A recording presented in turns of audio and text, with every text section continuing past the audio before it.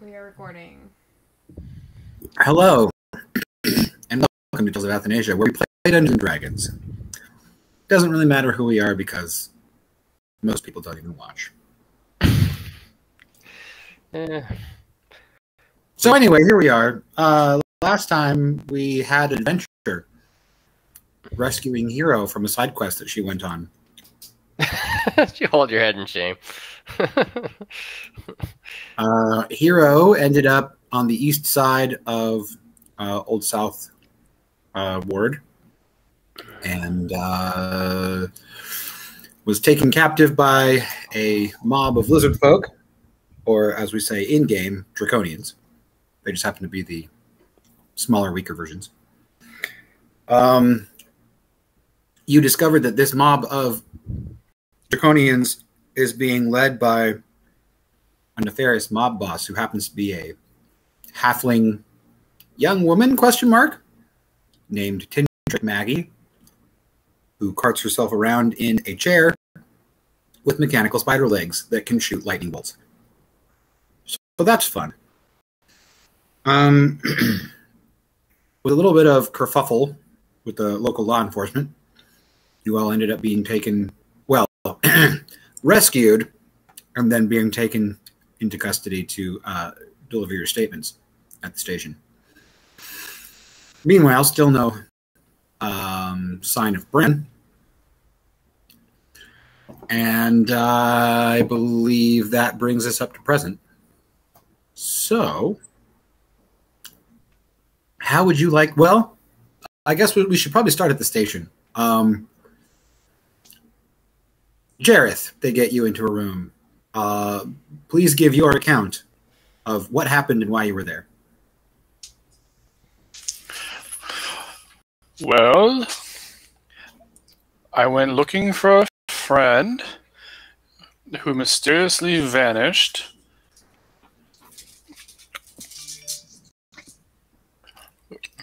Through magical means, she was able to kind of describe the area she was in. We went to go look for her at the shop where the Sentinels of Peace found us. We asked to be let in. I asked the gentleman at the door to let me in. I even offered to buy him breakfast. And then the little one with the weird arms and scratchiness attacked us. My giant friend, made of stone, proceeded to, do what he does and bashed him in. Not going to sugarcoat it. That guy turned into jam. Well, I don't know. He might have been revived, but I think your healer might have gotten to him just in time. Which one? They hurled acid at us and other foul-smelling things. We went downstairs, where I think I heard my friend shout, and so we went downstairs into the basement. As I was going through, and because we had already been attacked in a hostile manner, I had drawn my crossbow, and as I was coming down the ladder, I accidentally dropped it, and it went off, and it managed to pierce the skull of one of the occupants. Now, my friend was in there, and they were being held against their will. So I have to assume that the person was a willing party to the illegal act of detaining my friend, and therefore I can't be responsible for what happened. I mean, act of God and all that. Well done. They were all your testimony. I'm going to have you roll a deception check later because that was amazing. Most of it was true. Right? I think most of that, there was one part that was slightly pretty impressive. The crossbow falling and going off by itself, Huh? I think. Well, okay, that and then, But the rest of it pretty was Yeah. well, depending yeah, on how you look who at it. initiated, but they don't know that. All right, They came in Rocky, you are taken to a separate room, and you are, at the same time as Jareth, permitted to give your statement. What would Rocky say about what happened? They kidnapped my friend. I went in to go get her.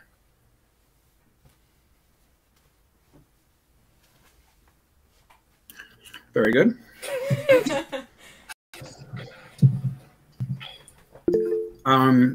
Hero. Yeah. So, they treat you a little bit more kindly, of course, because you were in, a distressing situation, and they want to make sure that you are settled as far as your nerves are concerned before they give your statement. But they do eventually, after they give you your choice of, tea, warm milk, or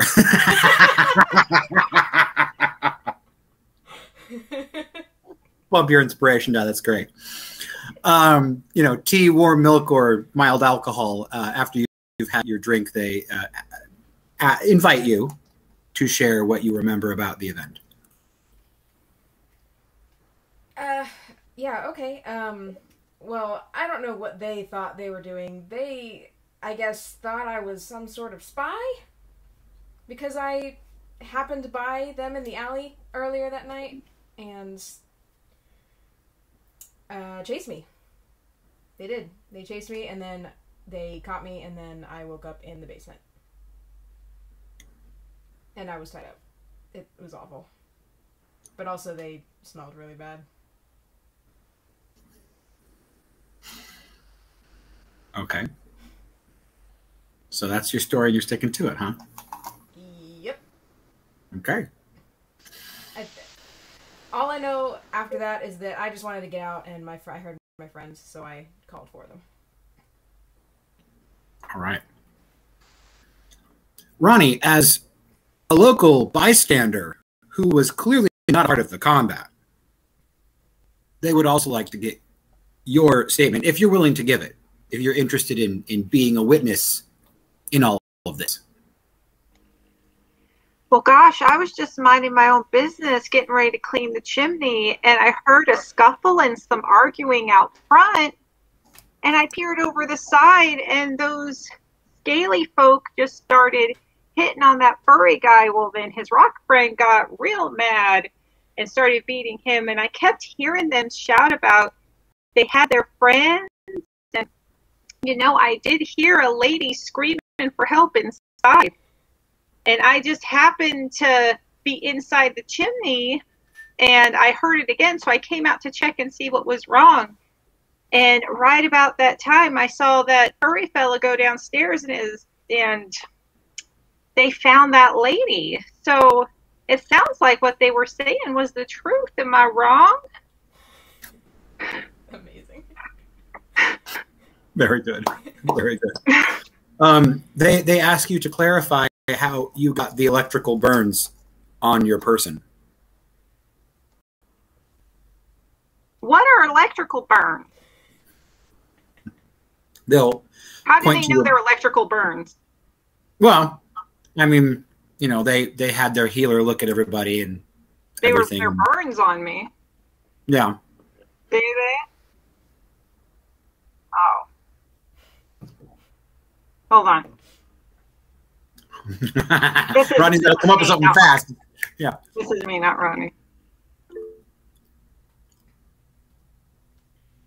Very, very true, Chad.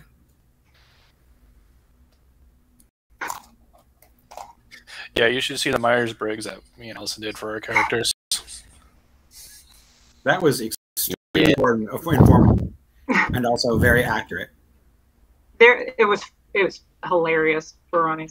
Okay, so, well, right as I was stepping out of the chimney, there was this big burst of light, and it kind of burned me a little bit, and I heard some scuttling, but I didn't see anything. I don't know why I'm Southern all of a sudden, but that's just what's happening. And I heard some scuttling, but when the air cleared, I didn't see anything. It did hurt quite a bit, but I've been used to getting burned from, cleaning chimneys and all. Sometimes they're not all the way put out. Okay. So the lightning in the fireplace burned you. When I came out of the chimney, there was a burst of light. Burst of lightning. All right. Okay. I can't recall. Yara, where have you been this whole time? Were you back at the mansion? She's been sleeping. Yeah, I'm exhausted from doing this whole ritual, and then everybody else went on a rescue. Okay. So, what we're going to do is treat this as a group check. We will treat natural 20s and 1s as canceling each other out. So, I would like, as follows, Jareth to roll I'm going to say deception check because there was deception as part of your story. Rocky, I'm going to have you roll intimidation. Hero, also deception because it wasn't entirely truthful. You weren't just found in an alleyway and they'd begin chasing you for no reason. Thought you were a spy? Question mark. Yeah. And then Ronnie, so hard on the deception. So very hard on the deception. In fact, because you are trying to get them to believe not only the things that you told them that are not true, I am also going to have you roll a performance check to see if they will believe your character. So all of that put together. These are all deception checks or just D20 rolls? No, Rocky's rolling intimidation. Oh, right. The rest of you are rolling deception, and then Ronnie's also rolling performance.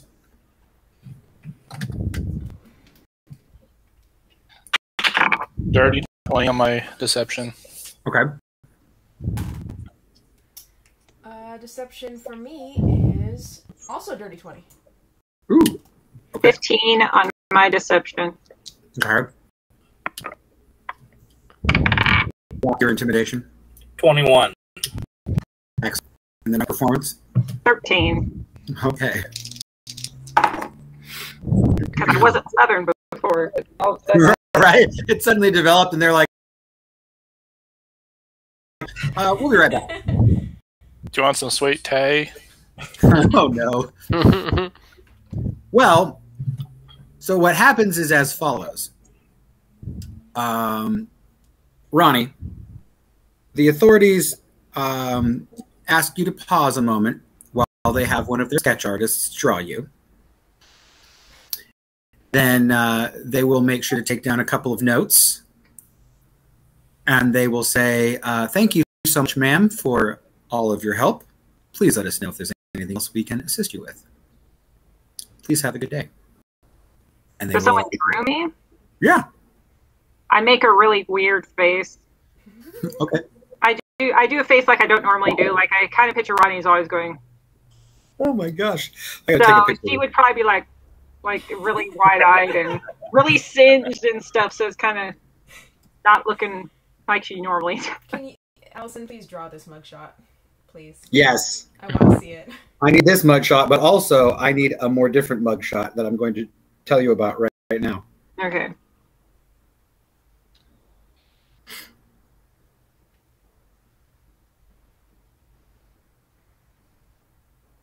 For those of you at home, this is the disadvantaged role of the sketch artist attempting to draw through the weird faces that Ronnie is making.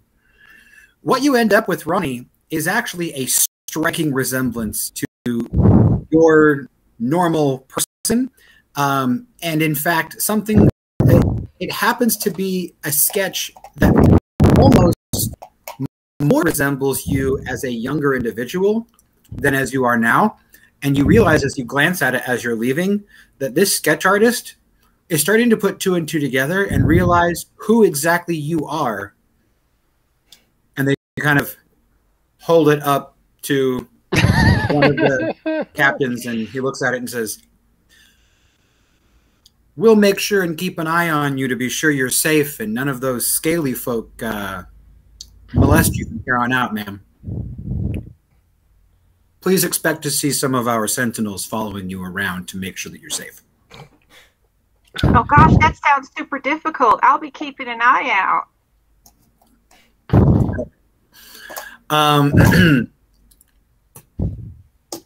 I did haze you on the way out.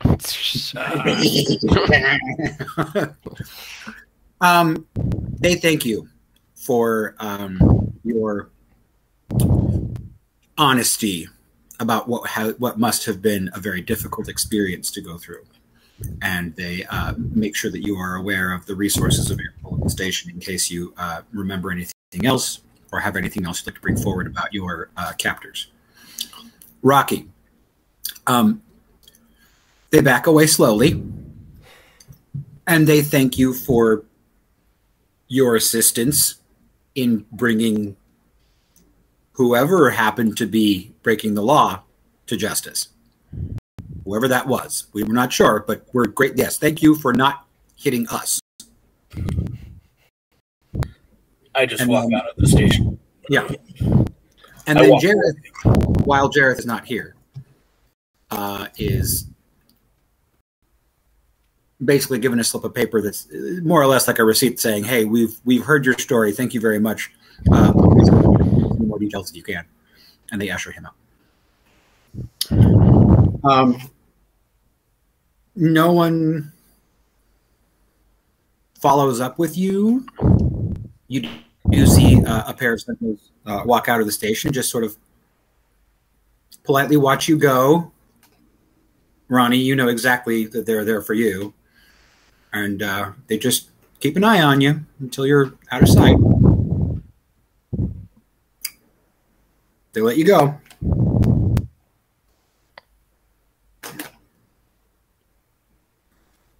Where would you like to go now? So are we all back together? Well, Yara technically is still sleeping back at the mansion, but you guys you're here on the east side, near the Warrens. Okay, but me and Jareth are back together. Did Ronnie? Me, Jareth, and Hero, and Ronnie, you're all we're all together. Okay. You're all on a street, allowed to roam where you will. All right, Hero. What the heck? I am so sorry. I mean, don't get me wrong. It was a little bit of fun there for a minute, but I'm sure. What the heck? Listen, I was just trying to do something nice for someone. It just went off the rails. I don't even know if she's fine. Insight check. Give me your insight check. I don't have any insight. This will be hilarious. 13. I don't think I have. Yeah, plus 0. 13. You stare her in the face. She seems sweaty.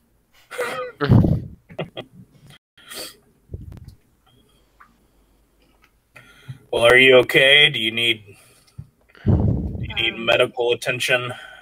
Did they did they heal me up all the way, or am I just like still kind of shitty? Well, how far down are you? I think I'm at 1. I was at Yeah, 1. she went down twice, I think.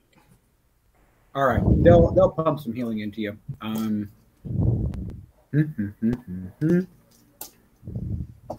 There we go. One of the sentinels gave me lay on hands or something. I don't remember.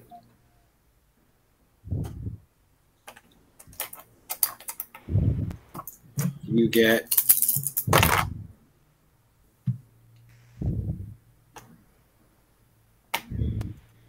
27 hit points back. Very good. No, I'm completely acting. I'm fine. No, I'm great. Yep. No, yeah, no black eye. You know, I'm good. I hate this place. Let's just go. Have we learned a lesson? Yes. Not to go wandering off in strange cities? Yes. And don't help people. No. You know, I know you're newer. I know you're newer to the group than some of the others, but we do have a little bit of a motto. It goes something like "No side quests." Well, Okay, I'm sorry. I was literally just hoping someone get a date. That's what this was. One of the most dangerous missions of them all. Yeah. Apparently. And I don't even know if she's okay, so... Yeah. Here, let's go get breakfast, and I will recount to you the last time I got a date in this town. Sounds great. It can't be any That worse was than pretty I funny. did. Y'all want to get breakfast? Or, well, I'd like to do lunch, honestly. Yeah. All right. So you head to a little restaurant called the Barrel Inn. They've got lunch. So they have a wedge of yak cheese along with corn crackers and cream cheese and a melon. They also have yak steak and stewed rabbit chops. I'll take some rabbit chops. Excellent. And for the rest of you? I mean, rabbit chops, I guess. I don't want cheese with a side of cheese. Yeah. Rabbit chops and melon, please. All right. Balance Rocky. me out. Malone. No, I'm good, thanks. The last time I tried to eat anything, I ate a baby. So, all right. You all have your meal. You recount the tale of the horny old woman who invited you back to her place. Or actually, I think you invited yourself back to her place, didn't you? I think it was mutual. Okay.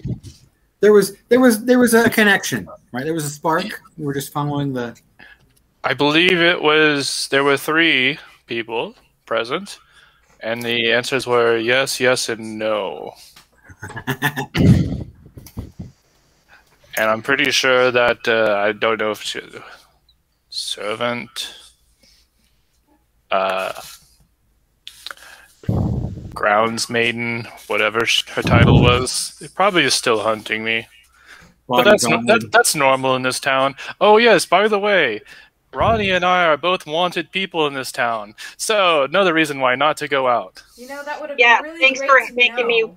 Thanks for making me run to. You didn't even give us a chance. We You just were you just coming into the got- city in the we- ship and on foot, and there were plenty of chances.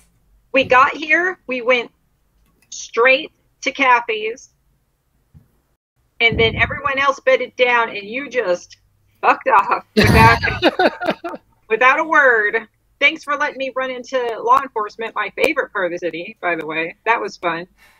Yeah, my first thought was, oh good, how much is this ransom gonna be? All right, I get it. I mean, I think technically we robbed that guy blind. If he exists in this continuum. So Also, they are following me now, so I don't know how I'm going to fence all that stuff. So now y'all are getting paid, probably, unless I can lose them. Oh, don't give me that. You can lose them. Oh, if only I could lose the cops. Why don't you go out there and create a distraction? I'll help by stabbing you several times.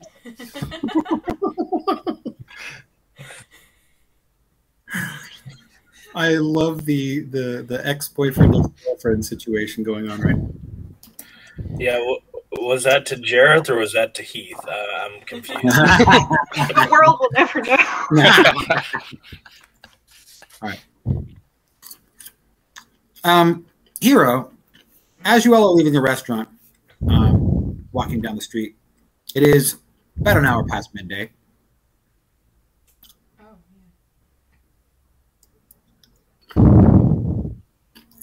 If there's anything you'd like to do. how far did we walk from the All one? right. Or from Just around the corner. They're gonna yell at me.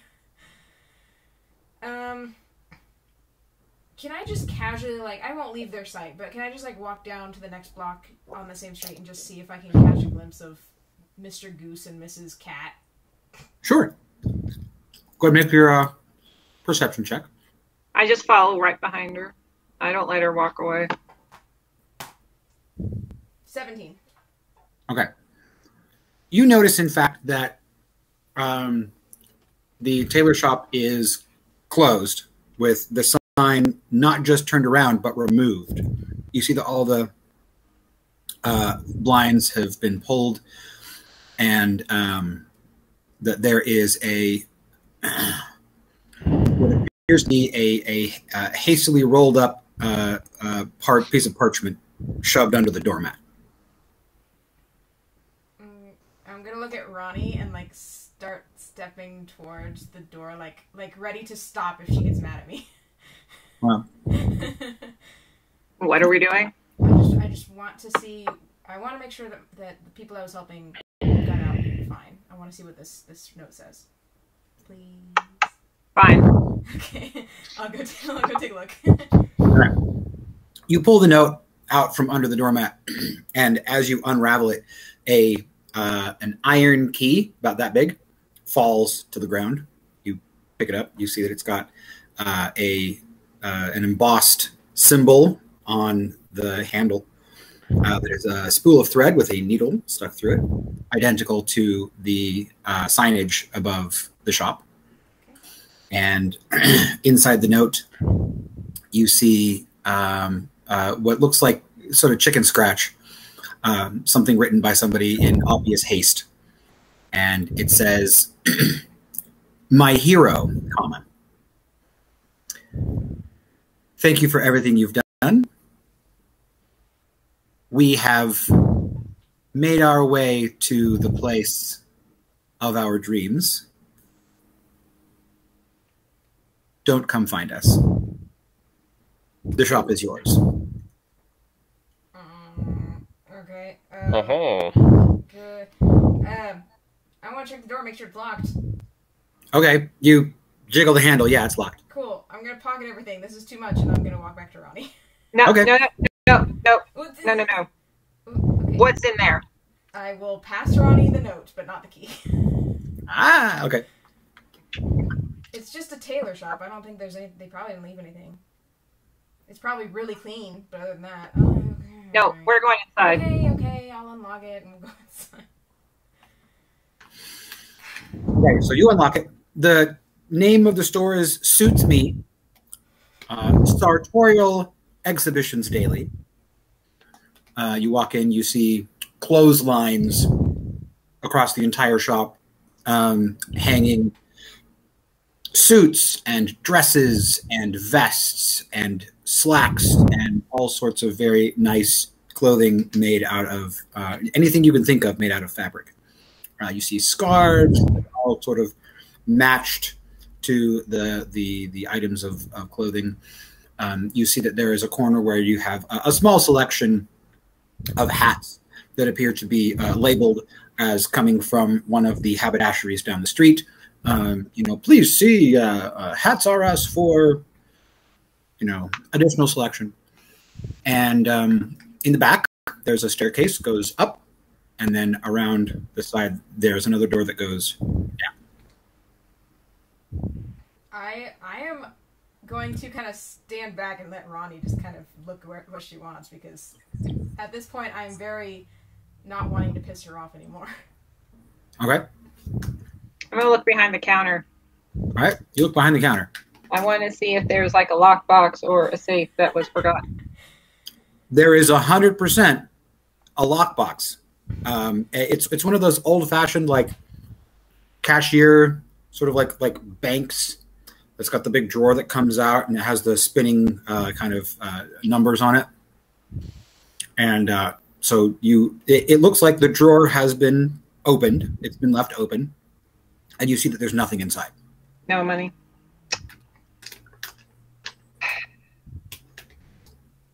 He's a tailor shop. He probably wasn't that rich.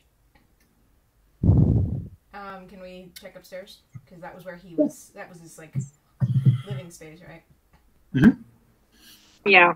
Let's go upstairs. I'm going to mind meld and be like, hey, come in this shop. We're exploring it.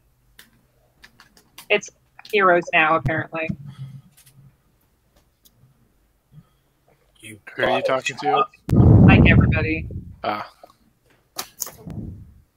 I didn't think you had enough money to buy a shop. I don't. This is what happens when you help people. They give you things. I mean, not that that's why I did it, but maybe Ronnie will be happy now. A little. Well, what are we supposed to do with the shop full of fabric? Oh, come on now. Weren't you complaining about fencing things earlier? Who are we going to get to run it? I don't have time. Maybe You have family, as I recall. My mom's not a fence. Your uncle? Oh yeah, my uncle. He's not my uncle. The man from Uncle? No, I mean, it's Hero Shop, but if it was my shop, a tailor makes for an excellent front. Well, front for what? Oh, sweet summer child. I don't know what I'd do with a shop. I don't even care to have money on me. I mean... Here, to make up for all your shenanigans, you can give it to me and Jareth. Well that... Oh, I don't want it. I was just throwing out Oh, ideas. really? Oh, now you don't want it. Will that square us? Well, You better be here. I'm not using my minutes on you. I'm a minstrel. I mean, what do I have need for property? I travel all the time. That. Well, no. I'm more along the lines of I don't want to manage it, but somebody else has the ability to do so. I have a bloody tower. I don't live there. I have somebody else who does that.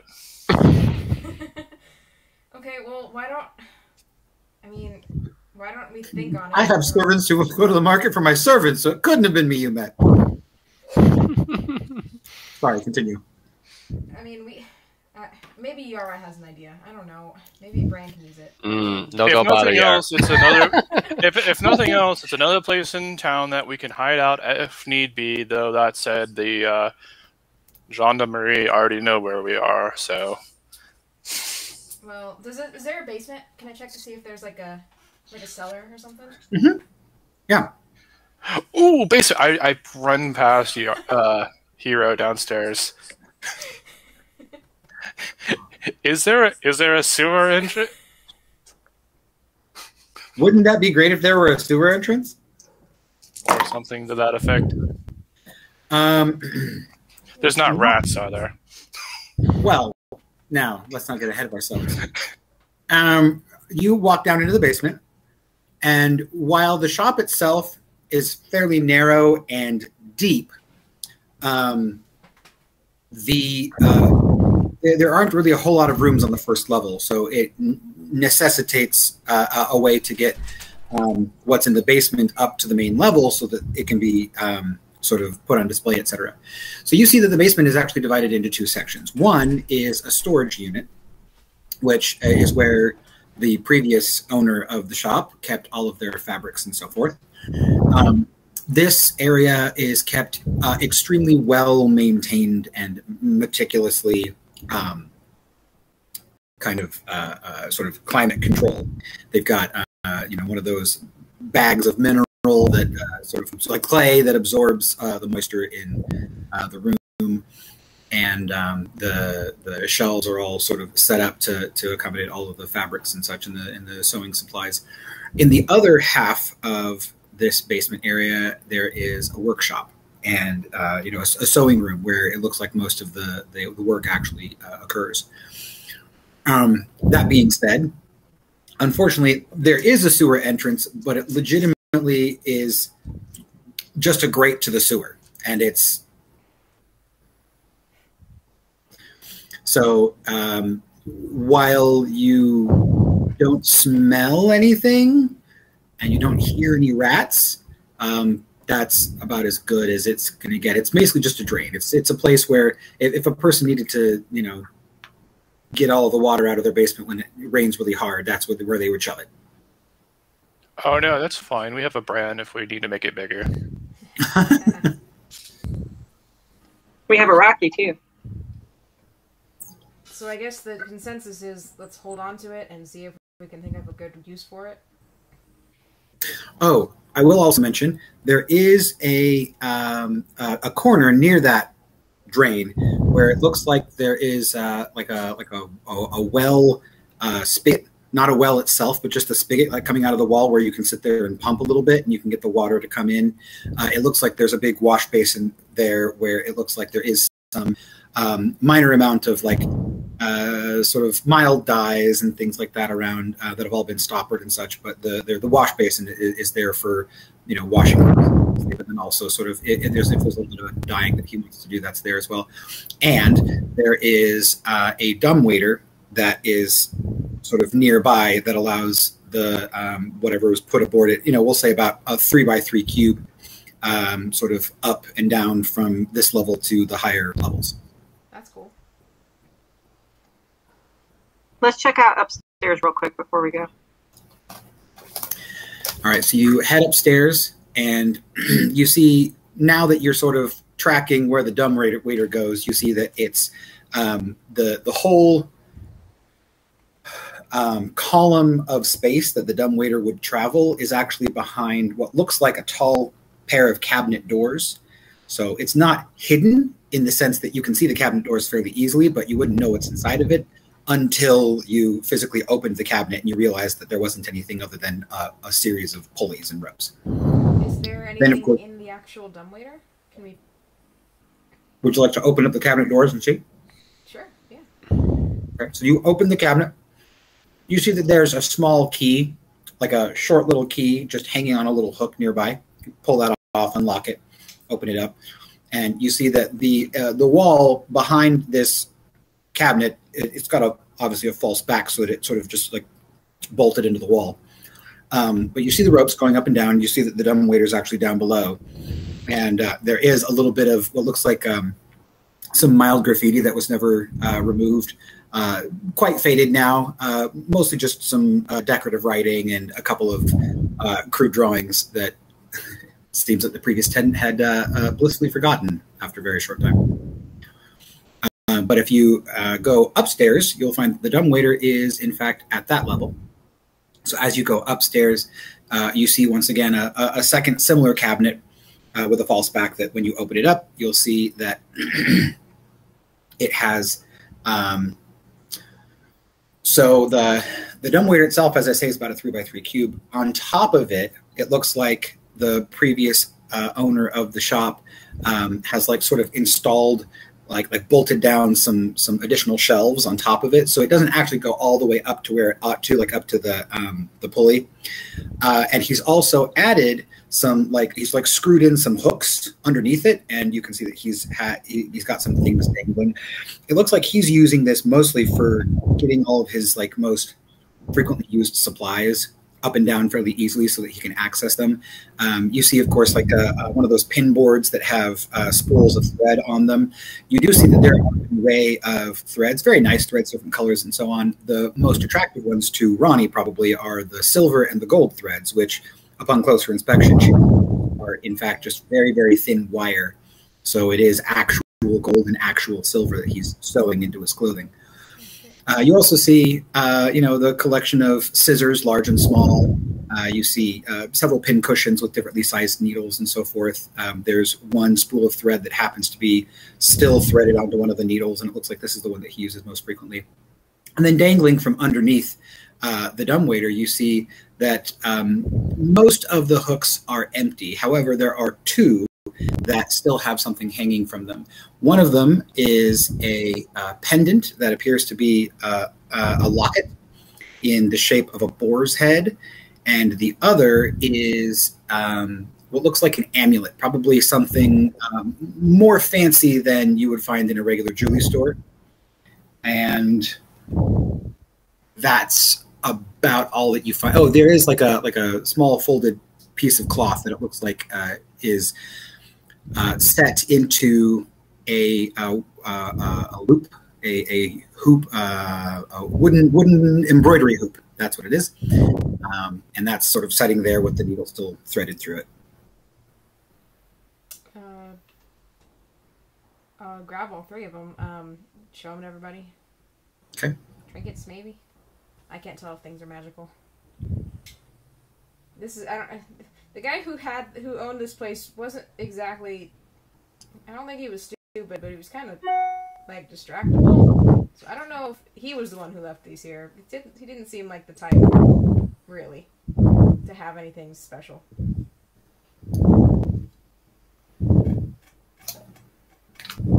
Inside the bedroom itself, you will see that there is a quite a meticulous sort of bedroom. It looks like in all of their haste to leave, this individual took the time and effort to make his own bed.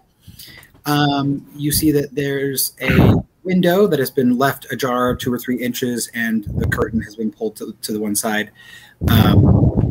Looks down onto the street toward the front of the store.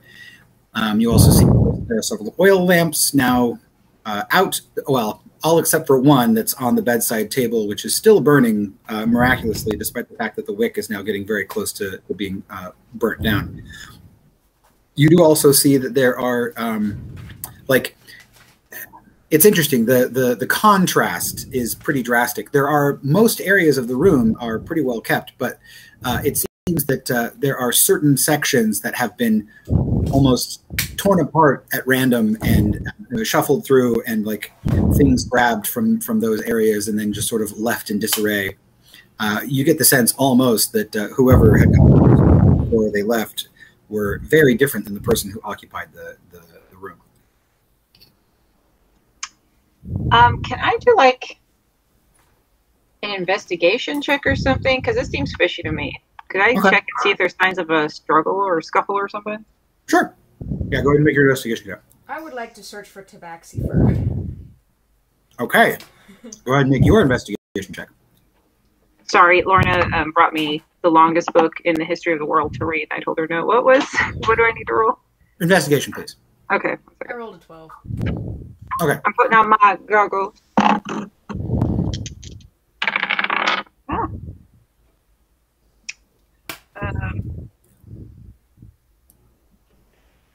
31. 31. Okay. As you realize that... Hey, Charles. Charles! As you realize that Hero is sort of like glancing at one thing and another, and like every now and then she'll look down and she's like, "Aw, this is a cute picture," and she'll just sit there and stare at it for a while. You're like, okay, I'm finding important things. You look around and you're like, hey, were there any... Does it look like there were like some cat people? Oh, what's that? And as you hear her mention the word cat, you're like, oh, that's why I'm seeing all of this white and black hair everywhere, just everywhere. Yeah, you notice signs that with the 31, there was indeed a struggle. It was consensual.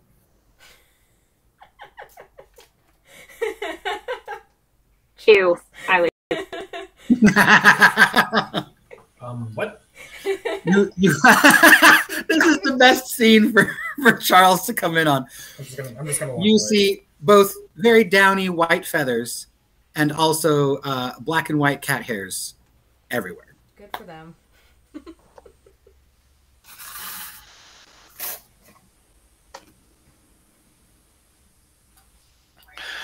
So, I mean, Hero, it's your shop. You can do with it what you wish. We have more important things to worry about.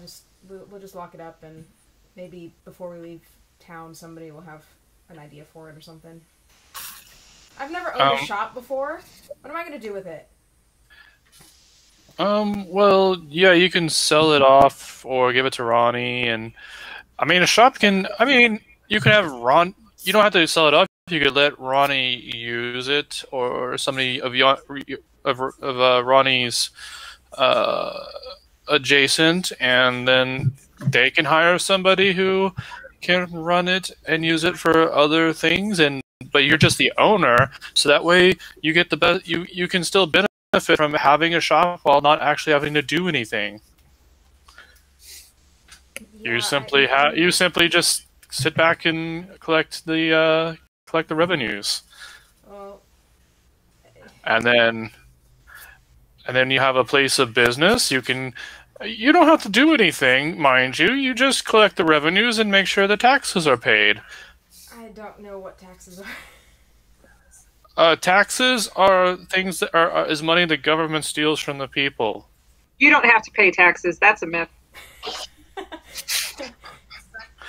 But Ronnie, again, see, but that's a cool thing. You're just the owner. While your name is on the papers, you don't actually have to do anything. So you can have the manager deal with that as well. I'm going to. But you still get the money. I'm going to put the key in Jareth's hand and just like walk out of the room. Okay, sounds good. A key is not really a legally binding contract. I would also require a piece of paper. It is usually labeled deed. Oh man! Was there a deed? It was just a key. I mean, not that you saw just laying around. No. That's what I have. If you, it's yours now. Apparently, maybe. No. Oh, don't. You can just stay in. Don't leave the building. Seriously, don't leave the building. Okay. I'm gonna look outside, or I'm gonna kind of peek through the curtains. Do I still see the sentinels of peace outside? Oh, excellent. Yeah, go ahead and make your perception check. Yay. A 14. Clear skies. So they're not there? Nope, not that you can see. Okay. Oh, okay. I'm gonna look for the deed. Okay. I will help him because I want my hands washed with this complicated business. Right. Okay. So go ahead and whatever your investigation check is, or bonus is, Chelsea, just add it to. It's only +1. Okay. I'm having trouble finding my feet. Oh no. I guess that's not too bad. It's a 10. Okay. So including the +1 or no? 11. Okay. So we'll say we'll interpret. Oh wait, that. hang on. I know what we'll do. 16. 16. All right. I had so my inspiration. it doesn't take you, hours, but it does take you like half hour to really figure out sort of the lay of this place. It seems like this guy doesn't really have it's weird it seems like when he's paying attention to a thing, he's very meticulous about that thing. But you notice that he's very absent-minded. Like it seems like he picks up and puts down projects like almost haphazardly, almost like he's extremely forgetful or thoughtless about what he's really doing at any given moment. And so the second he puts something down, it's like he never comes back to it. So you notice that there is, in fact, what looks like a strong box in the basement, but it's left out on the workstation, and it's already open, and the key is sitting next to it, and it looks like there's literally like several individual like ingots of gold just like sitting there. It looks like all the other contents have been removed, with the exception of a single sort of rolled up scroll on a thin wooden dowel that looks like it's been like stamped on where the flap kind of meets the end, and that is nestled into one of these sort of thin, almost like a compartment that looks like it's made specifically for this thing. And as you pull it out and you recognize the writing on the outside, it looks like it's been sealed officially and whatnot. This is what you take to be the deed. Congratulations, sir. You are a shop owner. Hooray! I've always wanted my own front. I don't have to deal with the money stuff, so it works for me. Yeah, I'll discuss with Ronnie how we'll arrange this later so that we don't have to bore the rest of the group with business talk. Sounds good. So, as you all are walking out of the shop, the tailor shop, Hero, go ahead and roll a history check at advantage. I'm so good at history. 7. Okay. The 8. boar's head. 8. 8. Okay. I rolled Well. a 6 and a 7. 8. Okay. So the boar's head pendant seems familiar. You feel like you saw that recently somewhere, but you can't quite put your finger on it. It wasn't the logo of the ice net, was it, or anything like that? Nope, it was not. Okay. That's weird. As all of you exit the premises, I presume you're going to do so through the front door. Lock the door behind you. All right. You emerge. Where are you guys headed?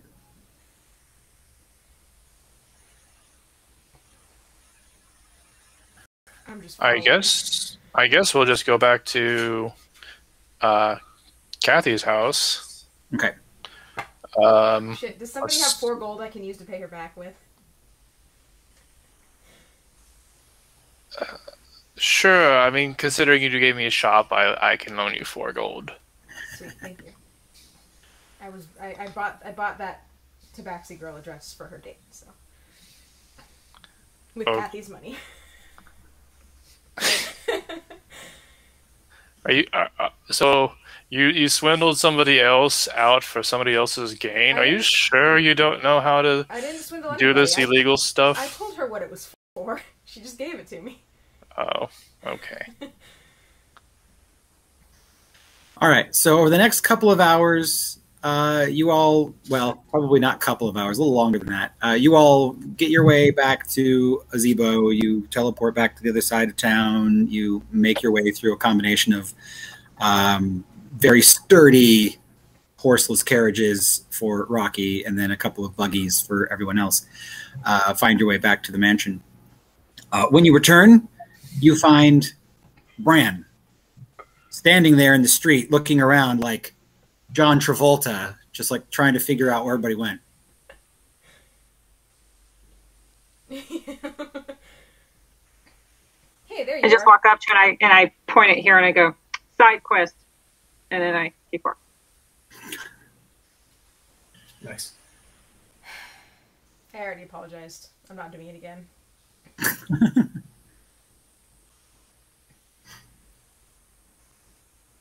Where were you? Okay, you all go inside, I guess. Where have you been? But it's good to see that Ronnie can talk and hear and all that kind of fun stuff. Good job. Oh. Are you still blind? Yeah. Yeah. Oh, shit. It's not obvious, yes. You kind of always look like that, though. Oh, no. Wow. Come toward the sound of my voice. I'll start playing the bagpipes as I head into the house. Still great. Kathy is right inside, and she no. She pokes a hole in the bagpipes. She's corked. hated that since she was a player character. Yes. So as Jareth Pied Pipers you all into the house, Yara, you are awakened by the sound of a raucous piping from downstairs. What the hell? How much sleep did I get? We'll call it like at least 6.5 hours. You got your All right, I'll get up and start doing my routine and go downstairs to see what all this fuss is about. Yes. Oh, it looks like the housekeeper has brought you all tea as well as some what the British would call biscuits, so cookies, but then also like some actual like biscuits and gravy biscuits. Oh, thank you kindly so much. This was duly unnecessary, but much appreciated. As for the rest of you all, what is going on down here? Nothing. We got arrested. I try to get a moment's respite, and you're already all... You didn't get arrested. We did. You got rest. Only part of that. Wow. That was good. Well, let us hope it was for a good cause then. Though I doubt it. I got a shop. Need a suit? Did acquiring the shop result in you getting arrested, or was that afterwards? It was perfectly After. legal the way he acquired the shop. Oh. As far as I know. As far as I know. I suppose that leaves the matter of lifting the curse upon you, Bran. I will get to working on the matter here. We've eliminated 2 of them. Hopefully this last one will go just as well. Right. I don't think it's a curse, by the way. Well, I guess I look into them. Changed it. Oh, I guess I look into the matter. That has no eyeballs. Or no eyelids, at least. I'll start looking at Bran's affliction to see if I can figure out if it's a similarly laid curse as to the other ones. Okay, so you have a well-stocked library at your disposal. How many hours of study? We'll assume that each hour you spend is going to give you a +1 to this, up to say 8. So how many hours of study would you like to do in the arcane lab? Well, first let me ask, do we have any other plans to run off on any other side quests? I am not leaving this building until the rest of you do. Okay. We're good. Actually, I would like to do a little shopping. I can't read, but can I assist him in the fact that I have researched a little bit and try to figure out what's going on? Or Yeah, so who did this to us? what this will amount to is the research bonus of however many hours he spends researching, plus his own Arcana bonus, plus your Bran Arcana bonus as well. Oh, okay, cool. Oh, my Arcana sucked. All right. Well, I don't want to make this an all-day affair. I'm hoping that we can, with 2 successful curse liftings, maybe this one will go just as well. There's a matter of the fact that the Draconians have, in so many ways, basically threatened to burn the Dominion Tower to the ground. Speaking of Draconians, were those the guys in the shop? Is that going to be a problem? Perhaps, I don't know. They were Draconians, but I don't know if they were the Draconians. This is like the first time I've ever seen one, so I'm just hoping to cut off a diplomatic incident at the pass, but their demands seem to be rather set in stone. They are worried the Dominion Guild will re-inflame another great wizard war. We need to go assassinate somebody? No, I don't think it's going to come to that. That'll stop it. You would have to assassinate many dragons to stop it. I'm assuming that there's, like, several... It sounded like the actual dragons are threatening to fly in and... You've got access to the letter, so... Yeah, so... I don't think that will be an option, nor would I want it to be. We need to assuage them to the fact that the ritual the Corvians are going to enact threatens us all. Unlocking the Dominion Tower magics and reinstating the guild will only help our cause against those who are marching against us. In any case, I do need to make sure that this curse is lifted, so let's work on that, shall we? I will spend... He has it labeled as Bran's POV. Yeah. That's what's going on with his background.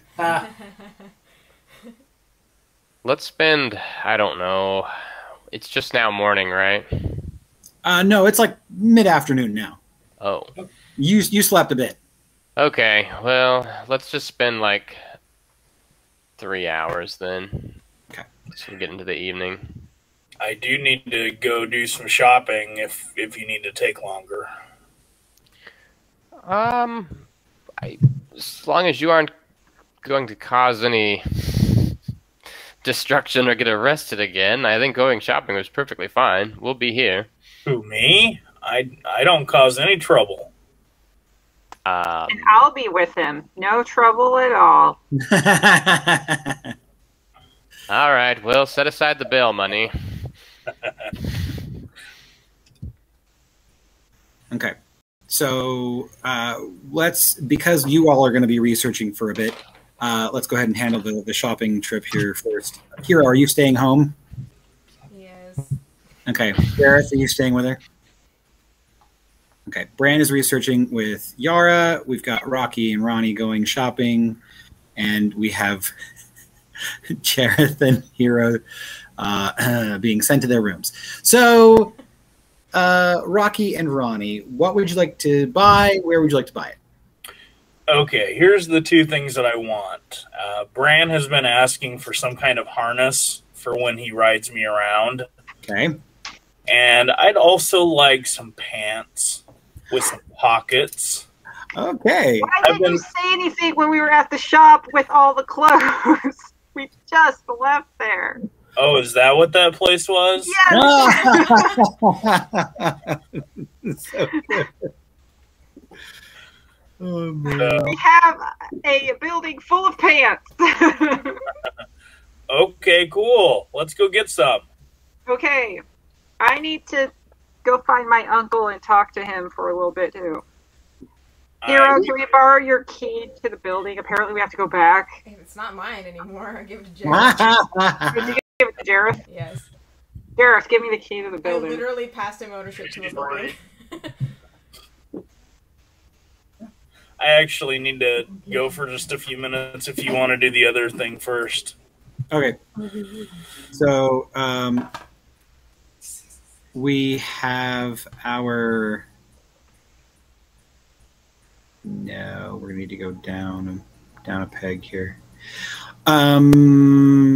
Great. So, going over to the research being done by Bran and Yara. Yara, you read for several hours, and just for the sake of argument, we'll say you're thick into your fourth hour when it seems pretty clear that you've learned about as much as you can glean from this library on the topic without really like hunkering down and giving it several weeks worth of research. All right. So go ahead and add a +4 to your Arcana and plus whatever Bran's bonus is. Barely +6, actually. I guess it was one of my picked ones. All right. Okay, so 11, 21 plus. What's the total extra bonus I'm getting? +10. An extra +10. Okay, so your roll plus your bonus +10. 29. All right. What does Yara want to know about this curse? The manner in which it can be broken. Is it the same kind of curse as the other ones that I've lifted, or is this a different sort of magic and a more powerful one? Because it seems like he has a physical. It's not just a magical effect. He's been physically affected by whatever this is. Mm-hmm. So, what represents Bran's bonus to your roll is he has done a little bit of research and he's able to recount some advice given to him by the healers inside of Healheart. Charles, would you like to relate that, or shall I? No, just the beaver and the badger told me. Yeah, so the beaver and the badger explained to him that if they seemed to recognize the visitor of the voice by name and also by description. And they mentioned that if she's the one who afflicted him, that she would probably be the only one to be able to undo the curse. Now, your research your bonus would represent your experience with this kind of thing in general, and also your past experience with having broken a couple of curses yourself. You recognize some similarities between the curses in that it seems that they were both brought into effect using the Fate Stone. So the power that the stranger was utilizing was actually coming from the Fate Stone, which suggests that it could be theoretically broken in a very similar way through some kind of ritual. Your own knowledge sort of ends there. You're not really able to intuit. You take it that this, as you correctly surmised, is a physical affliction rather than sort of a metaphysical one. The eyelids being fused together, and of course, as a result, preventing him from being able to see. So that's just a physical change. Your experience also with things like the alteration sphere tell you that while it is theoretically possible for a person to use the alteration sphere to alter the shape of a person's body and perhaps even do so permanently, this does not seem like something that is simply a melding of his flesh in some way. It seems that that might have been the case, but it seems more mystical than that. It's not just like, so to speak, it seems it's the difference between having had surgery to make something happen and having been born that way. And it seems, as far as you can tell, that magically speaking, she has essentially cursed his physical form to match something that she saw in him on a metaphysical level, which is not something that you can simply cure through, just undoing a spell, let's say, because she's almost like fundamentally altered the way that fate has treated him on account of something that he did. Now, as far as your research is concerned, what this turns up is that while theoretically the curse could be broken, it would need to be broken through the simplest way you can think to express it is a change of heart. Because the thing that's keeping his eyes shut is that the eyes of his heart are shut.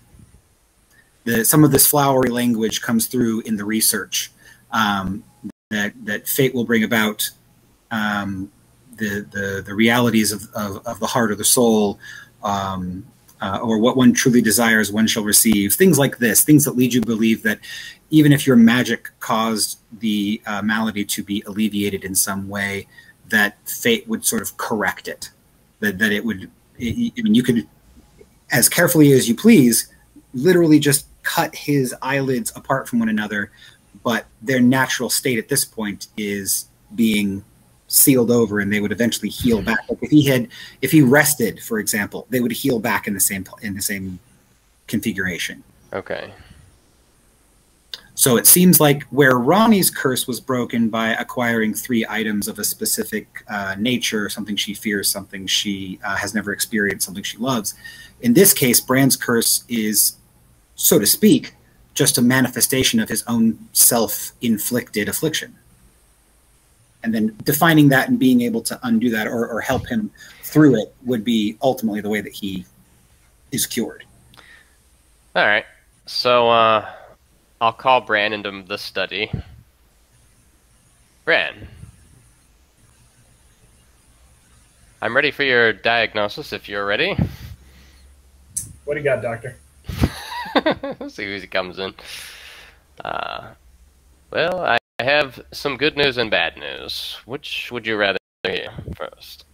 I guess the bad news. The bad news is that this particular affliction is bound a little bit deeper into the Fate Stone itself. I will not be simply able to undo it in the manner that it's not going to be a simple ritual. Simple. I gotta chuckle to myself. It cannot be undone in the same manner. The one who afflicted you, what was the name again? I'm sorry. The Visitor of the Voice. The Visitor of the Voice. The Visitor of the Voice personally afflicted this particular contagion upon you. Normally, I would say that this curse cannot be undone except by the one who wrought it, but the curse itself seems to have taken perhaps something within your heart and manifested it into a physical reality. What exactly that means, I do not know, but some part of yourself is closed off. I'll get on my psychologist spectacles. I'm saying because I'm a jerk, I'm now permanently blind. Great. Well, at least I don't have to look at your ugly mugs anymore. Ah, so we're getting closer to the truth of the matter on why exactly your eyes may have been closed. I'm afraid the curse cannot be lifted unless a change of heart comes from within. So you want to do like adopt a pup or something? Well, it must be an earnest change. I don't think simply going to a local pet store and adopting a bunch of pets is going to make this lift. This is something deep within you personally. It's not going to be undone quickly. It really seems like you're trying to say that the problem is with me and not with the world. Which, that's just wrong.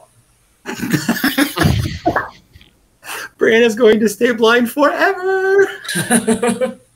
I can only give you a diagnosis. Take the information and do with it what you will. But I cannot lift this curse. It's beyond me. And the one who bestowed it upon you is of no more to lift it themselves. This is the only manner in which I know how we can restore your sight. So I need to be nice to people? Would certainly be a start, but I don't know. It may be something more specific than that. It may be some event in your past that has caused you to close yourself off from others. So now it's manifesting itself physically. You're unable to see my friend or the death of my wife. You're unable to see the worth in others, or the death of your wife. Excuse me. I'm terribly sorry for your loss, but yes, that could have been the signifying event that this curse stems from.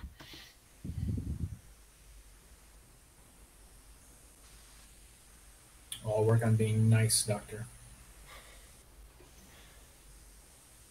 In the meantime.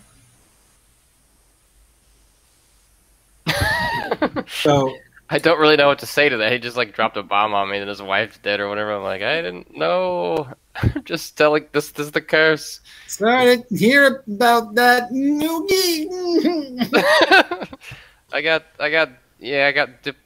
I'm not good at this side of thing. Okay, so as you all are going around trying to find a leather worker who can create a harness for you, you come across a particular shop in a little sort of, as you may recall, Eusoria is a collection of sort of larger areas, larger sort of, what's the word I'm looking for? It's a collection of smaller communities that have all been sort of unified into one grand metropolis. That's what I'm trying to say. You in a little village area called Helja, Helja, that is in New Southgate. You find that there is an open grassland area that appears to have some wide open, sort of low laying shops.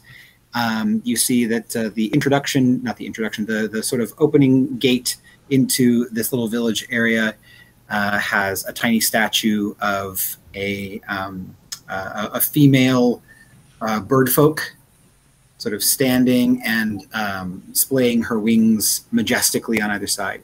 You see that there is quite a sheer slope as it sort of bends downward toward the Destruction Guild, which appears to have been created explicitly inside of a crater of its own making.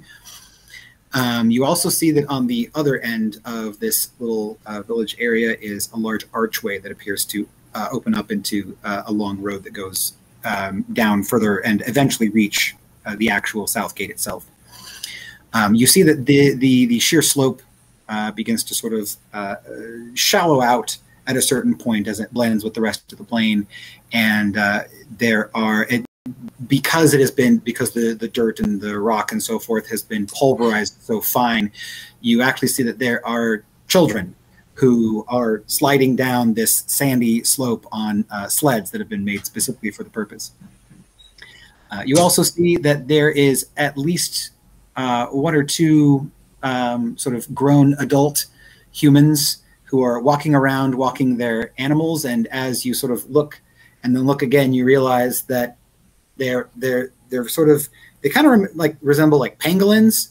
If you guys know what a pangolin is, but it's got kind of like this scaly shell on the outside, except this animal has like spines coming out of the side of its body, and it has sort of like a flattened, rounded head, and out the back you see this nice, thick, stubby tail. It's a very small, what you take to be very young version of this sort of animal with a large, almost mallet-like head on the tip of its tail. This is an ankylosaurus that is being sort of just paraded around the village. Is it like little, like pangolin sized, or is it? Yeah. Oh, cute. Yeah, little teeny baby ankylosaurus.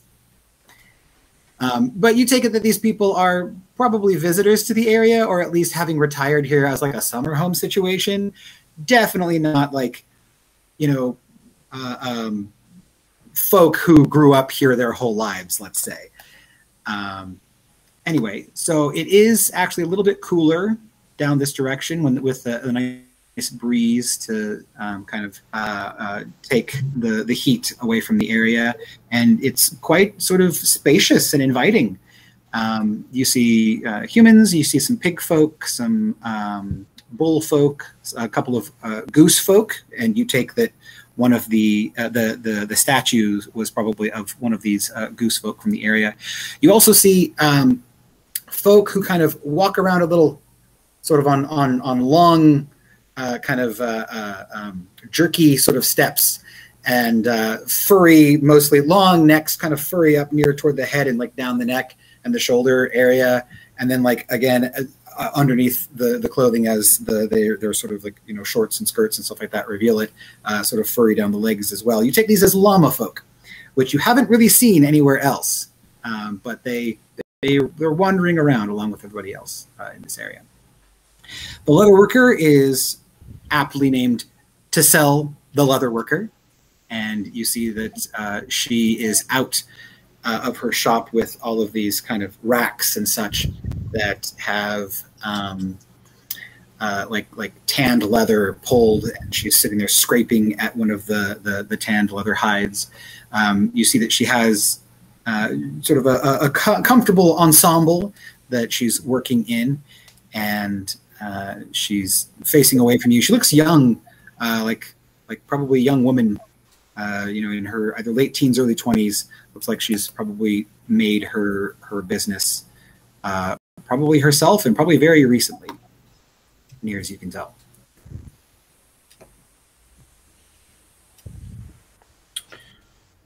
Okay. Ronnie, you think this one will be okay? I don't know anything about leatherworking. Yeah, me either. I'll go up to the shop. Hello? Hello? She immediately stands up, turns around, and looks you in the face. Ah, you're strange, ain't you? Yeah. Hey, I need a harness. Right. Well, it's gonna go on me. She kind of looks you up and down, and she's like, "Yeah, all right." I have a friend. He's like this big, and he likes to like ride on my shoulder. So, what are we talking about here? Like a rat folk or a mole folk? Mole folk. Yeah. I have to do a little bit of adapting, but I think I've got what you need. Come on inside. All right. He's blind right now. Ah, that's the problem. Yeah. Oh, okay. All right. All right, so right this way. So she'll take you inside, and you'll see the interior of the shop is actually very sort of organized, but extremely dirty and smelly. Like, I don't know if you've ever been in an actual tanner shop, but the tannins and the other sort of chemicals that they use to tan hides is like really strong.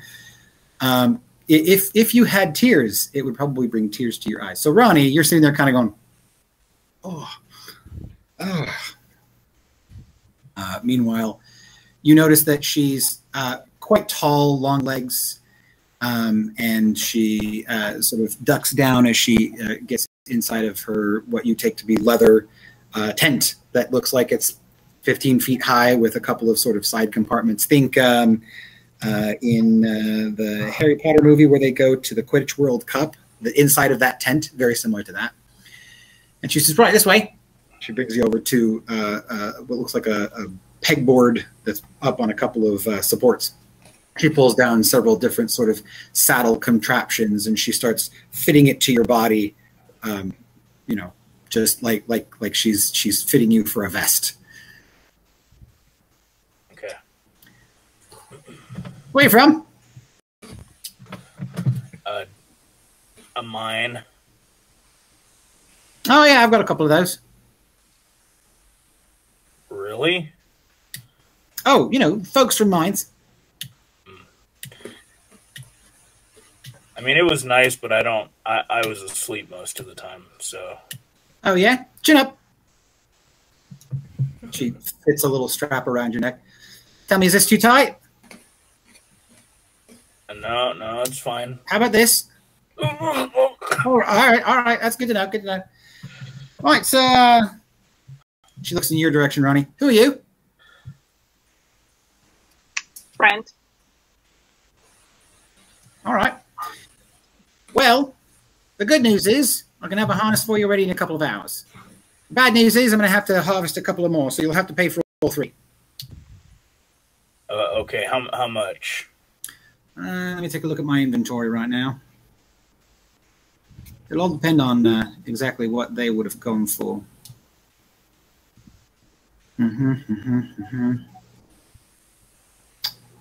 Right. Tell you what, let's call it 150. 150? While she's sitting there talking to Rocky about the price, Ronnie, she doesn't even look at you, but she reaches behind herself, grabs a quiver, and hands it to you. Again, not looking at you, she says, look it over, tell me if you're interested. You seem like the type. I look at it. What? Okay. Is there something special about it? I mean, give me your investigation check.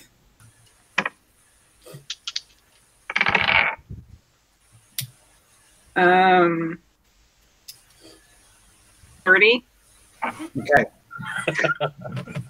What you notice about this quiver is that there are several sort of pouches on the side that have been, sort of stitched there. Very wide, but extremely shallow, almost square. Think of like the back pocket of a pair of jeans on the outside of this quiver, and they appear to be sort of like positioned a little bit like angled away, and it appears that you have like four arrow like the fletching on an arrow that's sticking out. But again, you assume that they must just be like very small, sort of like chopped off arrows sticking up out of these little pouches along the sides of this quiver. But with your 30 investigation, you start to pull one of these out and you realize that it keeps going. And it's impossible for this arrow to have fit inside of this very small, like jeans pocket sort of extension on the quiver. And as you pull the entire thing out, you realize that the entire arrow fit into that little pocket. And there are 3 more in it, and there's 2 more pockets. How big's the quiver? The size that you would expect for like a short bow. And then, of course, there's the usual opening with, room for normal arrows inside.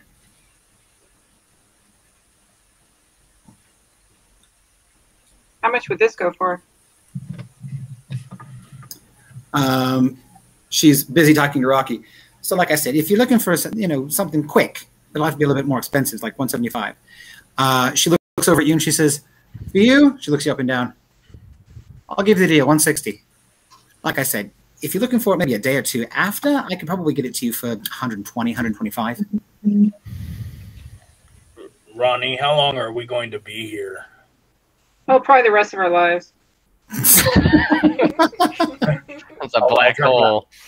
I'll turn back to the lady. Hold on. Yeah, I guess Hold on, a couple Rocky. days. Hold on, Rocky. Hold on, Rocky. Yeah, it doesn't work. His kind don't understand sarcasm. You're not there. How about both of them for $250? Oh, no, sorry, I can't do that, love. But if you'd be willing to purchase the matching gloves, I could probably break you a deal. What do the gloves do?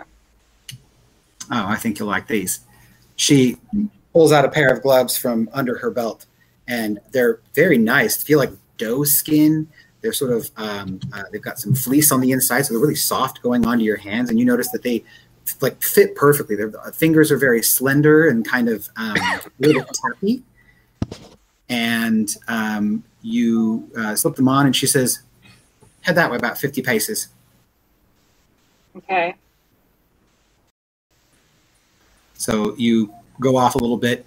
She'll pull the quiver up to her shoulder, and she'll reach down and grab a short bow, pull an arrow out of it, draw it, and she'll say, "You ready?"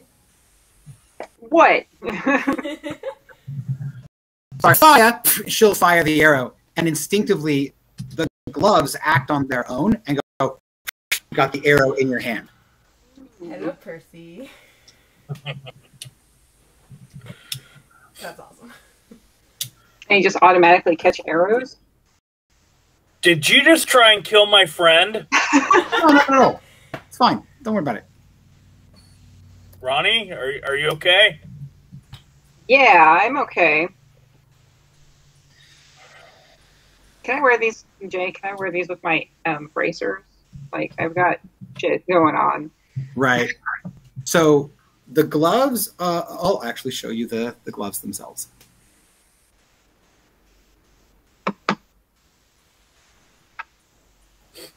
So for the benefit of those listening, this pair of gloves is almost like skin tight, but when you're wearing it, it doesn't feel that way. They are sort of this dyed purple kind of leather, and while they do go up the arm a little bit, you recognize that they're thin enough that you could probably lock your bracer on top of them and still use, the ability. There's sort of a light blue embroidery over the arm and the fingers and the back of the palm, and you see that there is the embroidered image of an arrow with an arrowhead on the back of the palm. So between the web and the arrow motifs, you kind of, again, you sort of feel the fingers a little bit sticky. You think you could probably wear both at the same time, the bracer and the gloves at the same time. Okay. Well, how much for both? How much for the gloves then? Well, the quiver is going to be 165 normally, and the gloves of missile snaring are going to be 315. So, doing a little bit of math here, should usually be about 480, but I'll give it to you for 450. And how much was the harness? 150.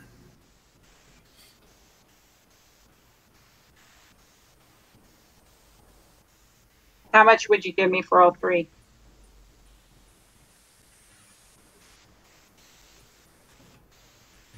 Call it 550. Check my money. It's not as much as it usually is. Bullshit. No, it's not. I have spent so much of it. I have some if you need. No, we'll do it. I got this. 550. She puts her hand out. Done. Leave it on the table. I got work to do. Come back in a couple of hours, love. Okay. Ronnie, I didn't mean for you to buy my thing. I want to give you this money. Tell you what, you help me make sure that I can go meet my uncle and get some money back. I'll just take it from your cut. How about that? Okay. All right. So, Ronnie, I'm sending you the magical items now.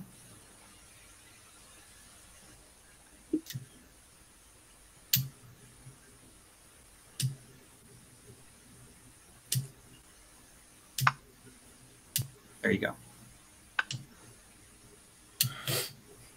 Cool. So we'll say over the course of the remaining time, you guys browse around a little bit. You don't go far. And after a couple of hours, you come back and she does the final fitting on the harness.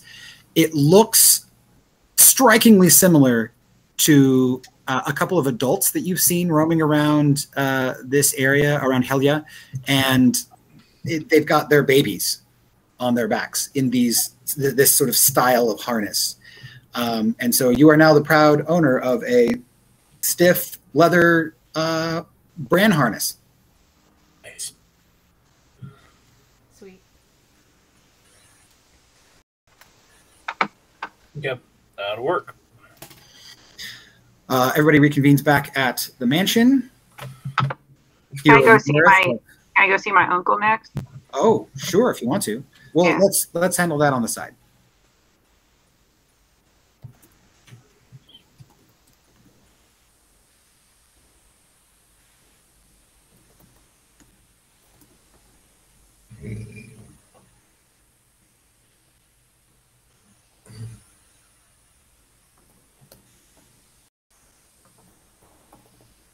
What are you all doing when you get back to the mansion?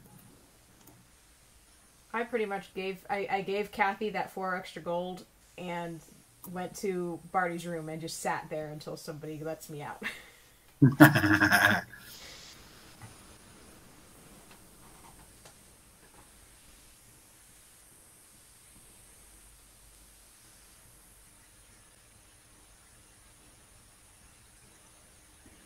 So it sounds like everyone at the mansion is just sort of staring at the wall and politely eating tiny cookies, drinking tea. Yeah, I was just waiting for our business to be completed, and before we can...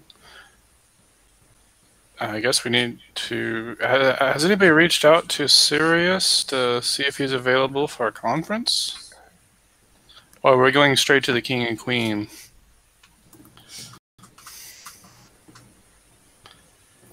I'm planning on going and speaking with the council. I have to speak with the council and the war tribunal about this new demand from Draconia. Essentially, all the effort that was put towards recommissioning the Dominion Guild is now but for naught if we're being forced to shut everything down. I won't stand for this. But I'm afraid it's not my decision to make.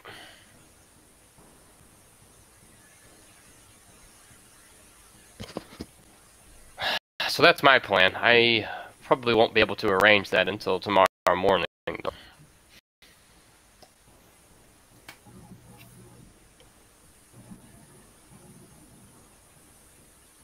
We should probably see if we can get perhaps contract a repair crew to fix the damage that our ship has endured thus far,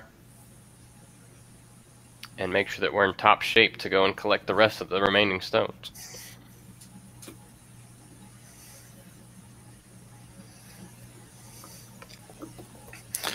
Okay, but I think we were wanting to speak with Sirius to see if he was able to get us around a little bit faster than the ship, even. I can certainly try to speak with him. I don't know where he's at the moment, but... Seems to me like these people should be leaping to help us, right? I mean, this is serious business. It's not like we're just playing around. So, well, I mean, Hang on. I just got that. Thank you. It was They totally should, but the politics of Usoria can always be a bit more complicated than that, unfortunately. so that army of darkness that was running around, is it still around? Or were they vanquished? We burned the crap out of them, but a lot of them fled. Well, yeah, Jay, do we have any, like, implication of what was left over after that? Well, you can have a conversation with Kathy. So basically, Chelsea, you ask me your questions, and I'll tell you what Kathy knows. Okay, well, I will describe what we saw happen. Mm-hmm. I will also actually mention the distant presence that was there, that I don't know the identity of, because that was involved. And I guess the first question would be, does it sound like there would be anything left that fled? Or did we get rid of it permanently? Disintegrate them all, yeah. Okay. So what Kathy knows about the Shadow Horde, from firsthand experience, she can tell you that while they are not corporeal like demons are, they are definitely persistent beings. From the knowledge that Hero would have, she would actually be able to corroborate this. Like some of those shadow creatures like recognized her, and they've been around and like sacking planets doomed for destruction for centuries. And the modus operandi is you go in, you fight until you die, rinse, repeat on the next planet. Right, that makes sense. So you know, theoretically, even if they are slain and disintegrated, they reform at some point. They're an eternal creature. So might they ever come back to Athanasia? Unknown, unlikely. Are there more exactly like them? 100%. Gotcha. So, There was a guy that got Detroit. Those specific ones, maybe they're gone, but that doesn't mean that there's no Shadow Horde out there gonna show back up, kind of thing. It won't be the same guys though, so maybe we can trick them. No, I was just thinking we could use those if people didn't want to help us. Use those? Like as a threat? Like as these? No, as proof. We just sit around and wait for the horde to show up. Oh well, I mean. Unfortunately, I guess that's not really an option though, or a liable one at least anymore. I mean, I saw some things in the past, and I could probably get. I mean, I don't know how this would work, but I could probably have my master confirm that I'm being honest with them if they wanted like a testimony sort of thing of what was capable. We tried talking to them before. They didn't seem to care. Oh, well, why are we here? If these people don't care. Well, I mean, if we could get a hold of... I mean, that's if we talk to the king and queen. If we just talk to Sirius, I'm sure he'd be able to help us to the extent he could. Jay, after what happened with Kathy, would she have any indication whether the king and queen would be a little bit more willing to play ball after what happened with Oos? The king and queen have always been disposed toward... Well, the queen certainly has been disposed toward justice and seeing righteous punishment be done. She's always been the more militaristic of the two, so if it ever came down to it, she would be ready to defend the city at all costs, and possibly even Athanasia if necessary. So as far as that is concerned, the military might, to a good cause, is at your disposal. As far as the king is concerned, he's more interested in the care of the people, in making sure that mercy is extended, in this respect, they actually serve as a very good balance for one another. So Kathy's experience with the king has always been merciful, gentle, forgiving, understanding, and so forth. He has more or less stated out loud, "You have our support. I will make sure that it happens." Oh, okay. I can't remember if that was kind of what we understood as the party from before that, but Kathy will communicate that to the group. I suppose it's been a while. Oh, okay. Well, that's good. That's encouraging to know.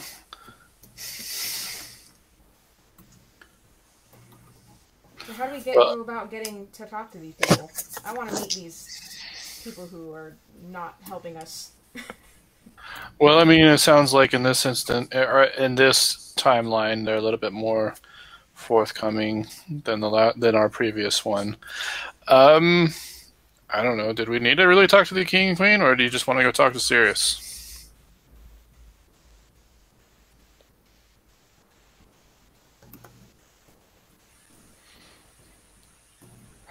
I mean, I would just go straight to talk to Sirius if it wasn't for this basically shut down cease and desist order that I've been given. So both would probably be best, it sounds like, for different reasons.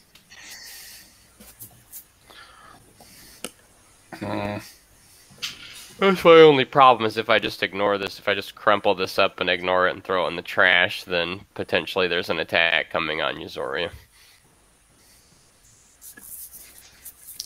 Well, how about this? We can go talk to Sirius. Sirius sits on the council. He'll be aware of it at that point, and we can let that go from there. That sounds pretty good. I don't have any qualms with it, although as head of my order, I'll probably need to speak to the council sooner or later. But speaking with Sirius first might be prudent. He may be able to be a way to test the waters and see exactly what is the same and what is not here with the council and in Uzoria itself.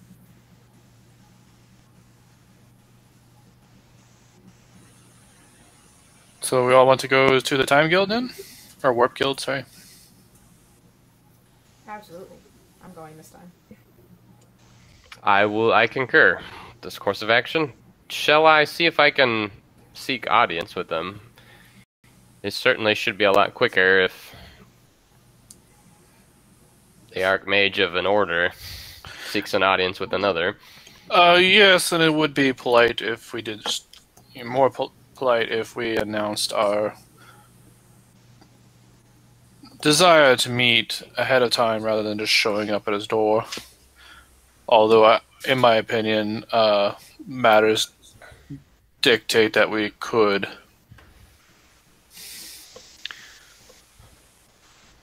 I'll go about setting up a missive to Sirius with the speedy telegram service that seems to be running around everywhere.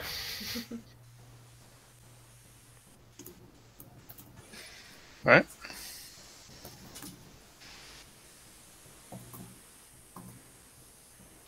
I say if we don't hear back from him, say by after dinner, then we can just march on his castle.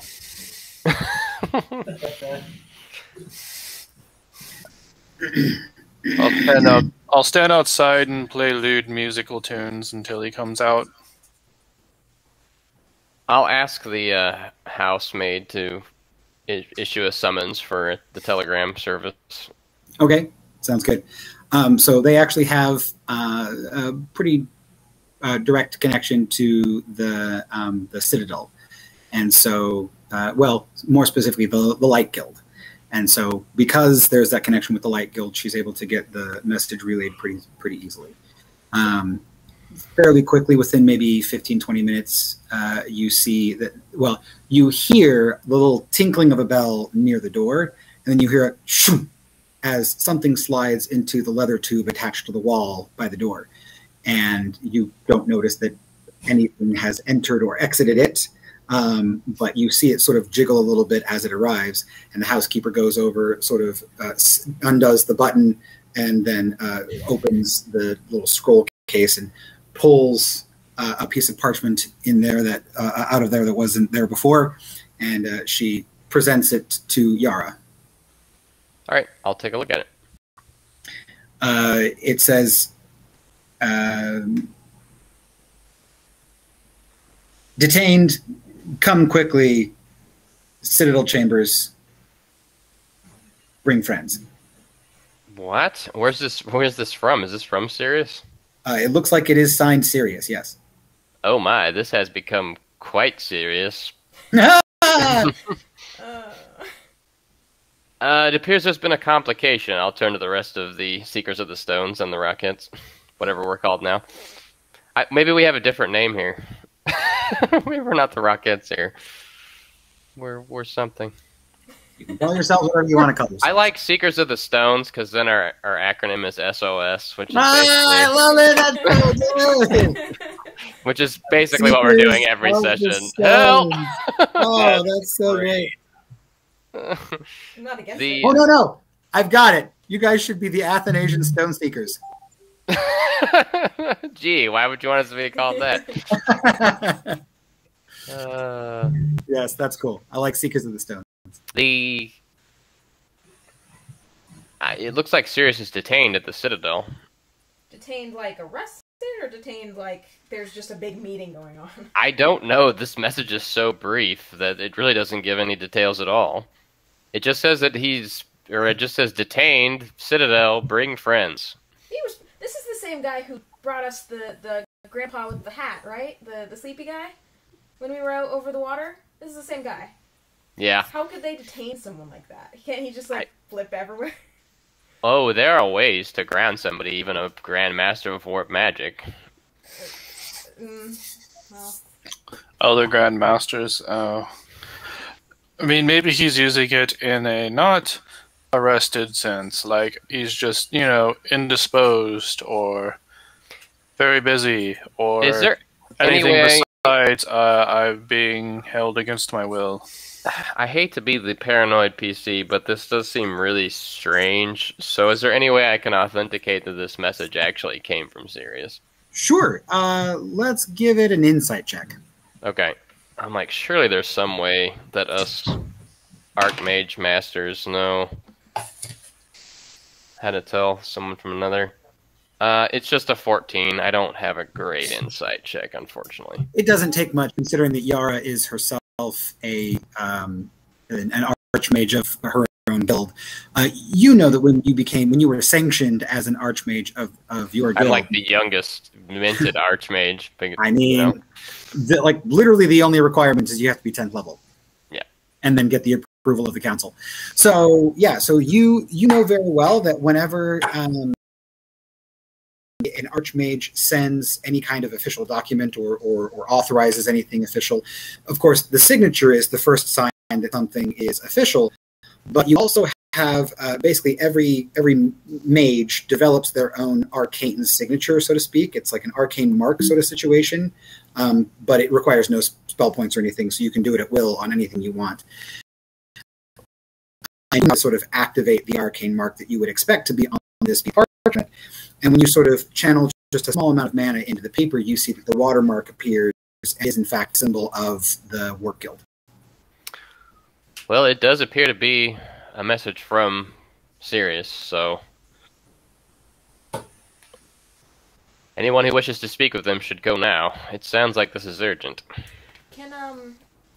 Kathy can leave the mansion, just not Izori, right? Yes. Okay, she'll want to go, because it's serious. Okay. If that's okay. I'll bring 2 PCs on this mission, thank you very much.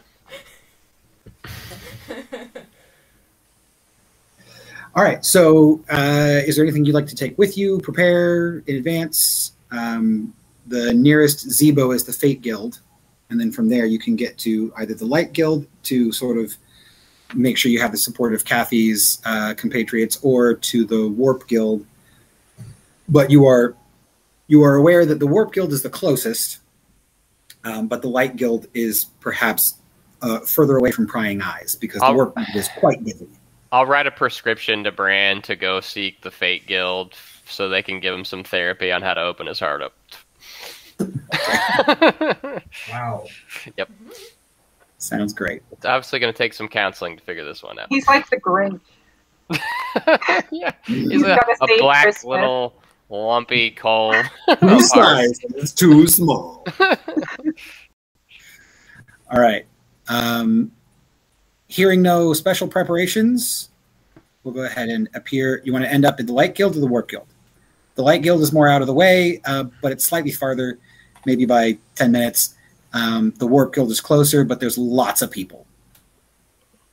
Well, it sounds like it was an official. If it's really detaining, it's like an official capacity, right?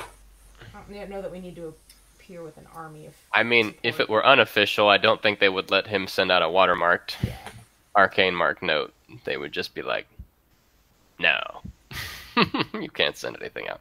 When Rocky and I are done shopping, I'm going to call Jared and let him know we're heading back.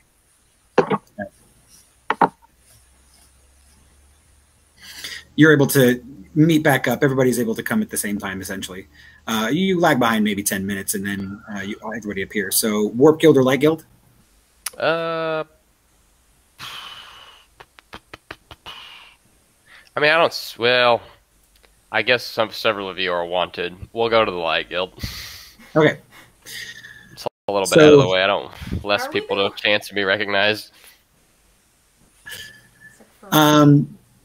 So you all appear in the Zebo outside of the Light Guild. You are met by the tall and imposing presence of the cathedral that the Light Guild calls home. This time of day, it's getting on toward evening. You start to see the waning sunset sort of go down on the other side of the citadel from the Light Guild's cathedral, and the sort of towers of the citadel filtering the light through now, of course, also hits the rose windows in the Light Guild's cathedral, and it begins to kind of light up in this very sort of glorious way. You this close to the cathedral, you can also hear the chanting of the monks inside, and it seems that there's some sort of evening procession going on as they're carrying a train of candles, each person sort of coming out in a line out to the west and winding around the citadel in what Kathy would know as the sunset ritual, where they go and they thank the sun for bringing light to the day. You all make your way to the citadel. You are able to show the missive from Sirius, and they check it, of course, to make sure that it bears the Warp Guild seal, and they essentially take that as an invitation, and they say, please declare your party. Who among these are with you? So who else going again? I'll just say, is it Sounds like everybody? everybody. Plus All right. Kathy. Yeah, and Kathy. It's essentially the Seekers of the Stone. So it's the Archmage of the Dominion Guild, Yara, Kathy, Hero, Rocky. And then as you Gareth. mentioned, Just like Rocky, rattling everybody's name up. as you mentioned, Rocky, the Sentinel sort of put a hand to their chest and bow a little bit, Your Eminence. Oh, and then Jareth. He's here too. Yes. And Ronnie and All right. Gran. So you name all the members of the party, and they say, thank you, Archmagus. You go ahead in. You know your way, right? Yes. I'm hoping that the tower hasn't changed this other world, but who knows? Yeah, The theoretically. timeline? It shouldn't have. All right, so you march into the Citadel. You see that massive statue in the courtyard as soon as you enter. You see the fountain surrounding it. You walk around that through the main area where there are like 3 or 4 levels of like covered walkways going around the peristelium areas. And then you walk into the connecting tunnel that takes you to the next area, and you move further and further into the Citadel until you reach the little branch of the natural stone bridge that reaches from where you entered into the citadel proper, where are the council chambers, as well as a viewing gallery, lobby, and other sort of official areas. So as you pass into this, you now see that there are, in addition to a pair of sentinels, one on either side of the gate going in, you now see that standing next to each of the sentinels, there is a long-tailed, tall, almost 6.5, 7 foot tall, red scales, almost sort of permanent grin in its long reptilian snout. You see sort of a small mohawk of what look like sort of bending kind of membranous finials coming off of their head. And then you see that there are some sort of large pauldrons with a solid red breastplate, gold dragon figure on the front, and then bearing sort of this tall red enameled metal spear with sort of a small hook out to one side, and then it curves back up into a point in this sort of curved blade. One of those on either side, wearing behind them this sort of like long red, almost velvety kind of cape. And you march past them. They appear to regard you with a little bit of suspicion, but the sentinels just sort of nod politely and don't really give the person standing next to them any regard. As you walk in, you hear the usual hubbub and commotion of people in the lobby as you see what appear to be the most sort of prominent nobles that you would expect to see, all trying to get a little bit of a glimpse of what's going on inside the council chambers itself. The guards see you on the interior, and one of them is standing next to a spiral staircase and sort of looks over in your direction and kind of motions to you to come closer. Okay, I will go over there. He says, Archmagus Yara, the council is currently in session. It appears that the representative from Draconia is giving their presentation at this moment. All of the Archmagi have been called to order. Are you here in that capacity? We've been trying to contact you for days. They've tried to set this up in advance, and it seems that your presence is expected. Will you be any of the other Archmagi on the floor or in the balcony? Well, apparently I need to join them. It doesn't. I'm just like I'm off balance or whatever because I'm not really sure what's going on. Nobody has tried to contact me other than the Draconis itself, sending me a message directly. When did you receive this message? What, like yesterday? Yeah. Oh, the representative has already made it clear that they sent that several weeks ago. It seems that your response is overdue.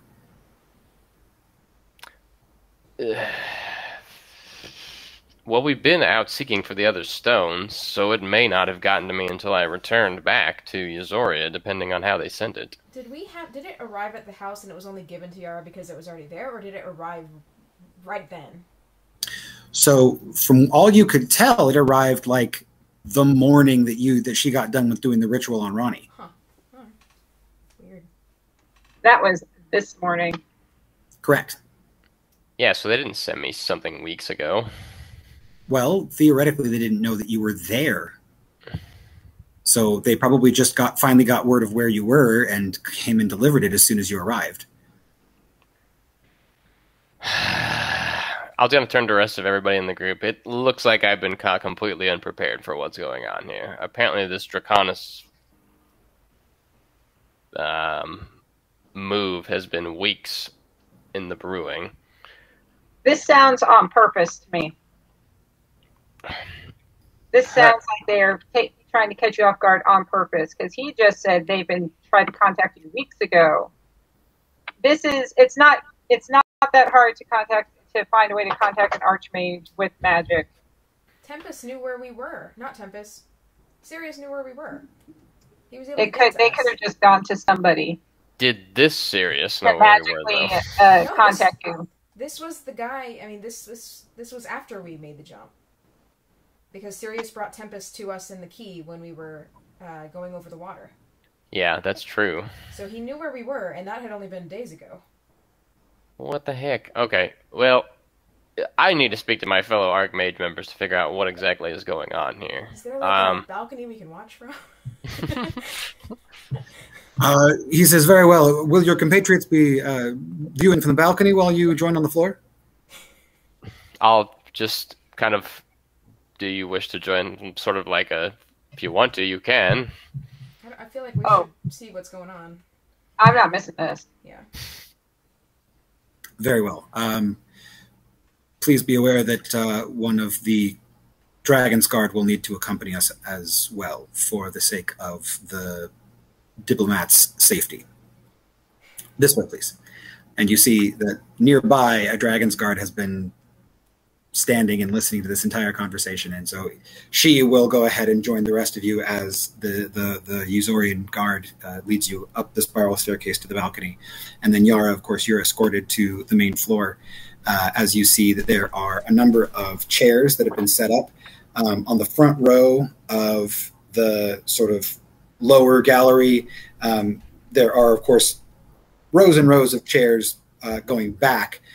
So as you enter, there's just a small little area where it looks like with standing room only on the floor, you kind of have to maneuver past some people. But when people see who you are, they give you a wider berth, and you're allowed to walk down the front of the aisle to where your seat would be. And you can The Weather Guild seat's also going to be empty. Correct. Well, or is it? I don't. I don't know. So you get in, and as you enter, there are 10 seats to your left, 10 to your right, and in sort of the order in which they've been displayed, you see that they are all filled with the exception of the two that you expect to not be filled, the one for Weather and the one for the Dominion. Yes? Can I have short rested while we were waiting at the house for everybody to shop? Yes, that's perfectly reasonable. I want to roll some hit dice, that's all. Yeah. So, Yara, you see that there is currently standing, as all of you are filing into the balcony and sort of finding your seats, it looks like the guard is now basically excusing some of the nobles from their locations, some of the lesser nobles who It's like got here really early but don't really pull rank here, and so they were like, okay, you're going to have to give up your seat for these people. They're with one of the Archmagi. Okay. So they all get you seated, and it looks like the diplomat from Draconia is giving his speech. And as you all look, you see a tall, very stately-looking, red-scaled dragon Draconian. And you see that on this Draconian's head are several sets of sort of curving brownish-black horns. And let me find a picture for you.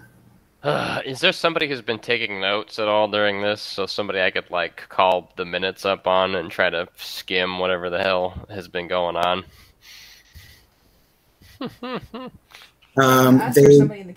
Well, I'm asking you, Jay. Like, is there somebody taking minutes? I mean, yeah. There's where any Archmagus is absent, they do have somebody like taking notes on behalf of the guild. At least that would be true for anyone who actually had members of the guild to spare. But your guild, unfortunately, the Dominion Guild doesn't really have, like, you either took all of them with you or you sent them off on jobs to earn money for the guild. So, yeah, it's just total bullshit. They didn't want me to be here because they're going to shut me down. Well, one of the neighboring Archmagi actually is able to hand over the notes that they've been taking, and they'll sort of help you sort of see what's going on. So the diplomat, the Draconian diplomat, standing in the center of the circle giving his speech, again, sort of has the red scales, the blackish brown horns, sort of a yellowish underbelly, has a blue vest on that sort of laces in the middle, and sort of a gold embroidery in swirling patterns across the shoulders, sort of a high collar, wearing a pair of very sort of like pince-nez spectacles that he adjusts almost reflexively as he's standing there giving his speech. He has a long staff, and it's topped in a sort of a green, sort of tourmaline-colored gem. And then sitting on his shoulder, sort of looking every which way carefully, is what appears to be a small green drake. You would recognize these creatures as not true dragons, but related, where they appear to not have any sort of front legs, but just the wings and the hind legs. And this sort of green drakeling sort of peers around in all directions, almost suspiciously. I'm gonna assume this is Tiberius, but so, as a matter of fact, as you enter and you start sort of referencing the notes, and you see the minutes saying, Ambassador Tiberius Stormwind from Draconia stands and speaks, delivers message, recounts the letter sent to Archmagus Yara, dated, and then gives a date of several days ago, and then sort of goes over some of the, trying to go through everything real fast. All the details that you remember reading from the letter are in this guy's notes that have been sort of summarized or whatever, and as you sort of become visible to everyone else, and it's sort of becoming very obvious to those in the council that you're now present. You see a Leonian with hair sort of tied back into what looks like sort of maybe a ponytail behind his head, wearing now not wearing, but holding sort of in front of him on the table a folded one side folded on this sort of musketeer sort of style hat with a feather coming out of the top. You see, sort of now that he notices you and sees you, he stands quickly and he says, it appears that our compatriot in question has arrived. Perhaps you would like to address her yourself, Ambassador. And the ambassador, now sort of interrupted in his speech, pauses, says, oh, very well, and turns around, looks in your direction. He says, greetings and salutations. I am Tiberius Stormwind of Draconia. What have you to say for yourself? Not answering my missive as soon as it was sent. It was a matter of greatest importance, and unfortunately, dire circumstances have resulted as a consequence of your inaction. I only just received your missive yesterday. Yes, our messenger has been seeking you for many days. This morning. I only received it this morning because I apparently have no sense of time whatsoever. I actually have a question. From yes, we're in there, right? Yeah, you're in the balcony. Can we see Sirius? Is he present? Not quite, because the chairs only go up as far as the balcony does, and so if you wanted to look down to see if Sirius was there, you'd have to lean over the edge and go, oh, there you are. I mean, I don't know that I wouldn't do that. You could definitely do that if you wanted to. I would do that. Yeah, I mean, did my alternate self get a missive weeks ago? Is that what's going on here? No, the ambassador, the way the timeline tracks, as far as you can tell from what you've been told, is that the ambassador scheduled an arrival in Usoria to make their case several weeks ago. They planned that to coincide with the delivery of the missive to the War Guild, to the Dominion Guild. But unfortunately, because neither you nor anybody else in the guild was present, the delivery never happened, and so the messenger essentially was just left in a state of, okay, well, I guess I'll ask around and see if I can find her because she's not here.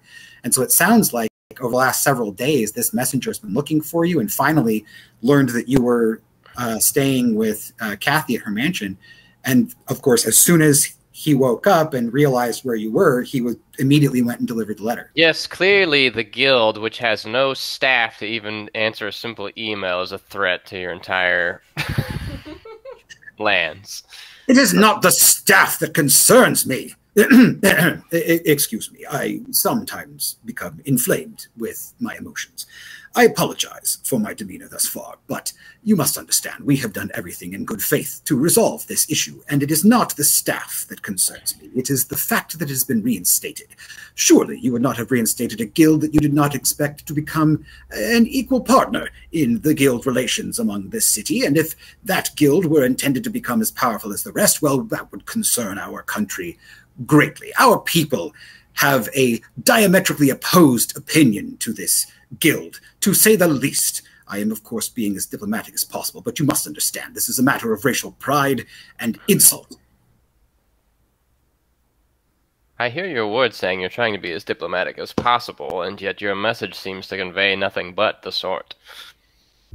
We simply want to make it clear what our intentions are.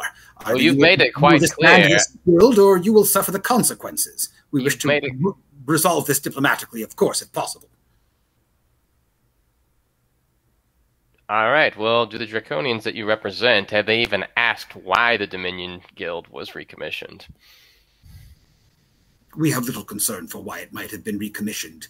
Our intent is to prevent any sort of insurrection from occurring once again, any undermining of the Ajgar and their power in the East. I just throw all the notes up in the air. So, essentially, you're talking about historical enmity against the Dominion Guild centuries ago without even seeing why we would have recommissioned the guild. Do you have some sort of statement that might inform our displeasure at your reinstatement of an organization diametrically opposed to our race? Well, I kind of look like, has the council not already convened the purpose of the recommission of the Dominion Guild in the time that I've been absent from this? The king now stands and he says, if I may, I unfortunately have been obliged, as the council, of course, has also, to hear the words of our kind ambassador, to make certain that he understands we are willing to give him as much of his necessary due in our council meeting as he requires. It unfortunately has left us with very little opportunity to explain. He insisted that he were obliged to give his entire message until your arrival or until our terms were agreed to. We haven't gotten to that point, unfortunately. Does Stormwind wish to hear the reasoning for the recommission of the Dominion Tower, or does Yes, I bloody well... excuse me, I apologize. Yes, I certainly wish to hear the words of the Archmagus of the Dominion Guild in her defense. Very well. Have you not had any strange weather anomalies in your lands? Have you not noticed that the moon is getting closer and closer? Are these rhetorical questions, or are they part of a dramatic intro? I suppose that would matter on how you're taking it. Well, certainly we always have the occasional sandstorm. The Acades Desert is quite fickle, and we have been left with a wasteland to call our home. So when you ask about strange weather patterns, we do not notice anything unusual of late. As for the moon and its size, we have noticed that its location appears to be quite similar to where it has been in the recent past. Our astronomers do track that something odd has been occurring, but we have been unable to discover its source. It appears to be coming from either everywhere or nowhere. We do not see what this has to do with your Dominion Guild. Rogue factions are working against the kingdoms of Athanasia. In particular, there is substantial evidence that there is a cult working to reunite the lost colony of the Corvians and bring the moon down. Yes, well. No, does Kathy see Oos? Is Oos on this council? Oos is strangely absent. Okay. Yeah, Oos got really pissed off the last time we brought this up, but really had no evidence to say other than just saying, "We're not doing that." The reason I ask is because in the other universe, Skeksis like. I don't know if it's the same in this one, but in the other universe, the council knew more because of what happened with Oos. So I was just curious if she was. Yeah, Mekon and Oos had a Skeksis off in the council, if I remember correctly. We were like, screaming at each other. Yeah. Yeah, so I don't wish to make light of the plight of you and your people and the consequences that the Dominion Guild wrought. And I am the last forebearer of that guild. My entire life's work and study was laid to waste, following the law and the decree of the council and the Wizards' Tribunal. But the Wizards' Tribunal, with this newly found evidence, has recommissioned the Dominion Guild and believes that the powers held within the tower are going to be needed in the coming conflicts.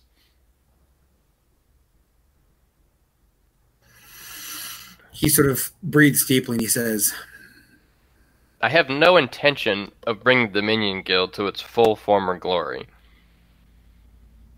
Only insofar as you intend to halt the destruction of the entirety of the planet. In what way would you not intend to bring it to the height of its former glory if it could ensure that the planet were not safe? Of course, provided that your entire story is even true. I have no plans to expand the tower or make chapter towers or even recruit members beyond what we need to unlock the powers to be able to counter whatever forces come at us. Might I ask, one ambassador to another, how many do you deem necessary to halt the moon in its progress toward our planet? I don't know, and we're in the process of gathering the Stones of Power. Oh, yet another artifact that you, I am certain, deem entirely necessary for your probably fictitious quest, so that you can cover it under the guise of world salvation and at some long-last, far-off date, just take over the entirety of the Sinhar Desert and the Ajgar themselves and enslave all of us as you did once. I just roll my eyes and I speak to the council. It's clear that this ambassador is not an ambassador here at all and is not negotiating in good faith whatsoever if they're not willing to hear or see any of the evidence presented to them. I have yet to see any evidence to the contrary. It seems that you all are reestablishing a guild to gain power. To what end, we know not. All we know is that in the past, this guild has been used to persecute our people specifically. And now you tell me that the moon is falling, and you expect me to believe it point blank, carte blanche, or whatever you Zorians say. Indeed, what proof do you have that the Corians are in fact intending to pummel the earth with the moon itself? Well, we have extensive research of the weather anomalies, as well as many eyewitness accounts by myself and my fellow companions who have gone around to thwart these various portals and summoning stones. The wizards, you say. Bring forth the weather archmagus, and we shall hear his account.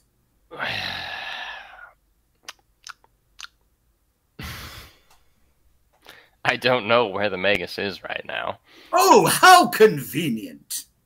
But I can show you all of the research that he uploaded into the Wizards' Tribunal.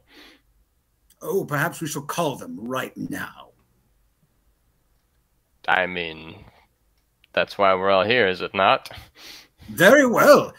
I submit to you, great king and queen of Euzoria, and esteemed members of the council, all noble archmagi and nobles in general.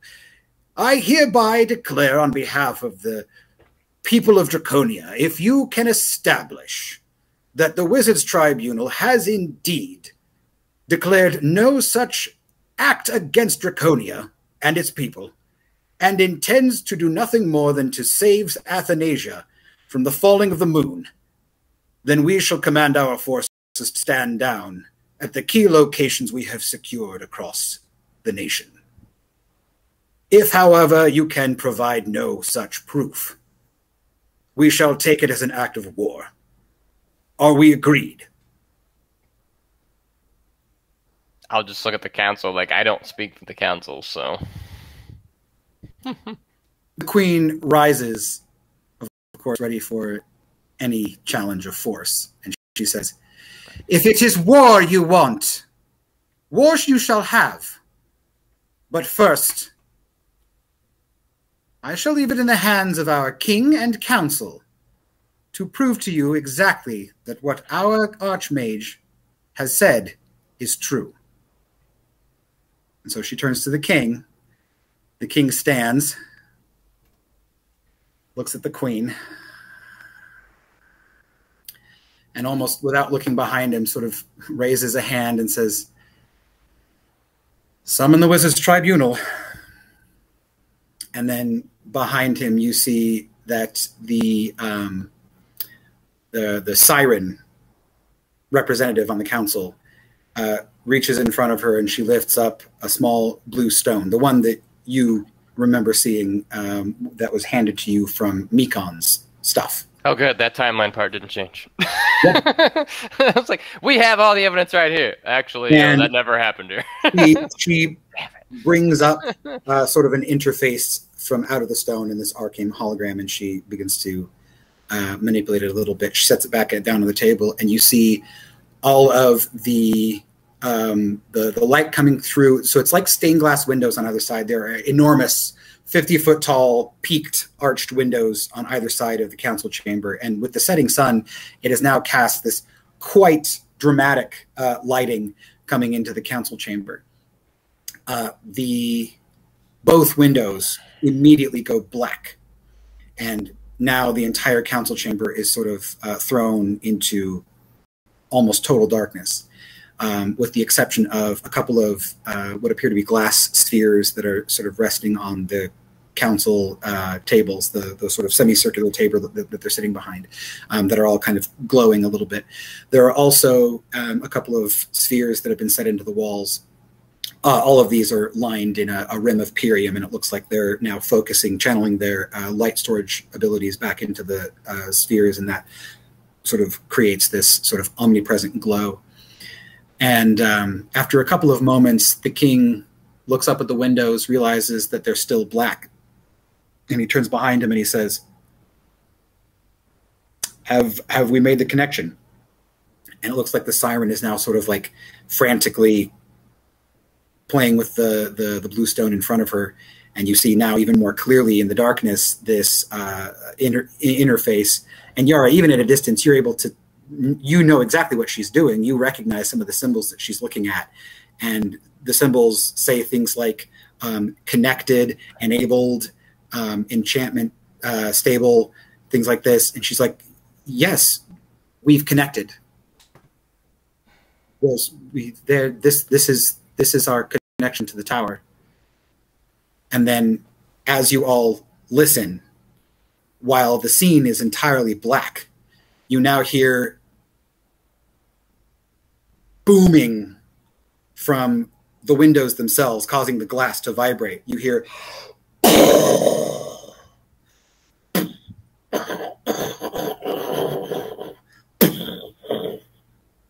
what the hells? And that's what we're going to call a game. Where are they connected to exactly? The Tower of Towers, the Wizards' Tribunal. And it's like, what, getting wrecked? Or was it like an echo? The connection is completely black, and the sound was of what sounds like some kind of explosion, and then the crumbling of stone. Did I happen to see Sirius when I leaned over the?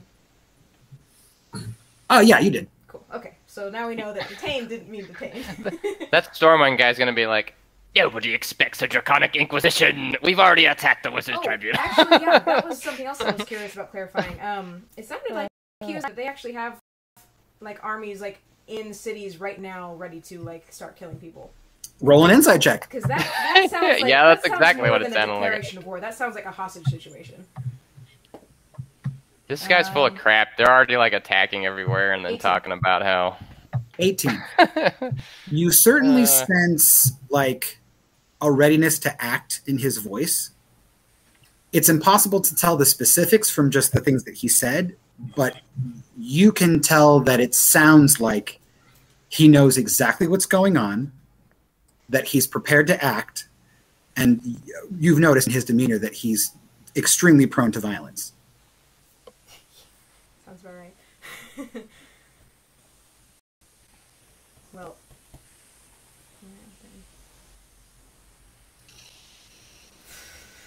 So, Welcome to the my. Wizard Tribunal. Sirius better transport us there. I'll be so mad if he doesn't want to, for whatever reason. Yeah, that's not good if the Wizards Tribunal is getting blown up. It's fine. We needed to go there anyway because that's where some stones are, right? That's the tower, right? The Wizards. They ain't there no more. No, yeah. They weren't there. Now they're getting wrecked. Yeah, at least you kept the council on our side. I mean, no offense, but if it had been like me or Rocky or Ronnie or really anyone down there, we would have just like started punching and Oh, like Yar, these draconians are right. These people are mad, bid. Yar is not a diplomatic person either. My highest like influential skill is intimidation, so screaming at him is about the best I can do. Was it in character whatever with it that was. Yara threw the notes everywhere? Yeah. Yeah. Awesome. I did. That was totally it. She's just like, this guy's not lit. He's like, oh, you're doing all this stuff and you're up to no good. And by the way, I didn't even bother asking why you're doing it. It is weirdly unlucky that we have no proof of any of this whole time. Yeah. Most. Yeah, we don't. I mean, what is there to prove? I mean, like the moon is literally getting closer and closer, and it's not just like. Well, that You okay. know. So Jay, in Kathy's side quest, when she was with the council for her trial, Moose got outed, right, for her role in all this. So the council should logically, I mean, assuming it was the same in this reality, know that she is involved with this moon thing. So they should. So unless Kathy from this reality has definitely had the same experiences. Okay. And Oos is absent for exactly the reason that you, Chelsea, would suspect. And the council has already stated, we would have loved the opportunity to make our explanations, but it seems like dude got here and basically just said, I demand the opportunity to speak, and has been speaking ever since. Like, he's basically, what's that word for standing up and He's speaking just in Congress? filibustering. He's just filibustering the council. The guy is filibustering the council until you got there, basically. He's like, I don't want to hear it until I have Yara to talk to. And or he's just filibustering while the Draconians lay waste to the Tower of Towers right now, so... That is entirely possible. We will attack you if you don't give up the stuff. They're just like attacking everywhere right now. It's like blowing crap up. So is Sirius the Warp Guild dude? Is that right? Yeah. Mm-hmm. Can he get us to the tower like now? Theoretically. I mean, Jareth knows how those windows work. He's sitting right there. I saw him. He's sitting right below us. You just tell him to open a portal and you guys jump off the balcony into it. Look at the floor. Woo! Teleport us to the tower. Well, alrighty then. Sure.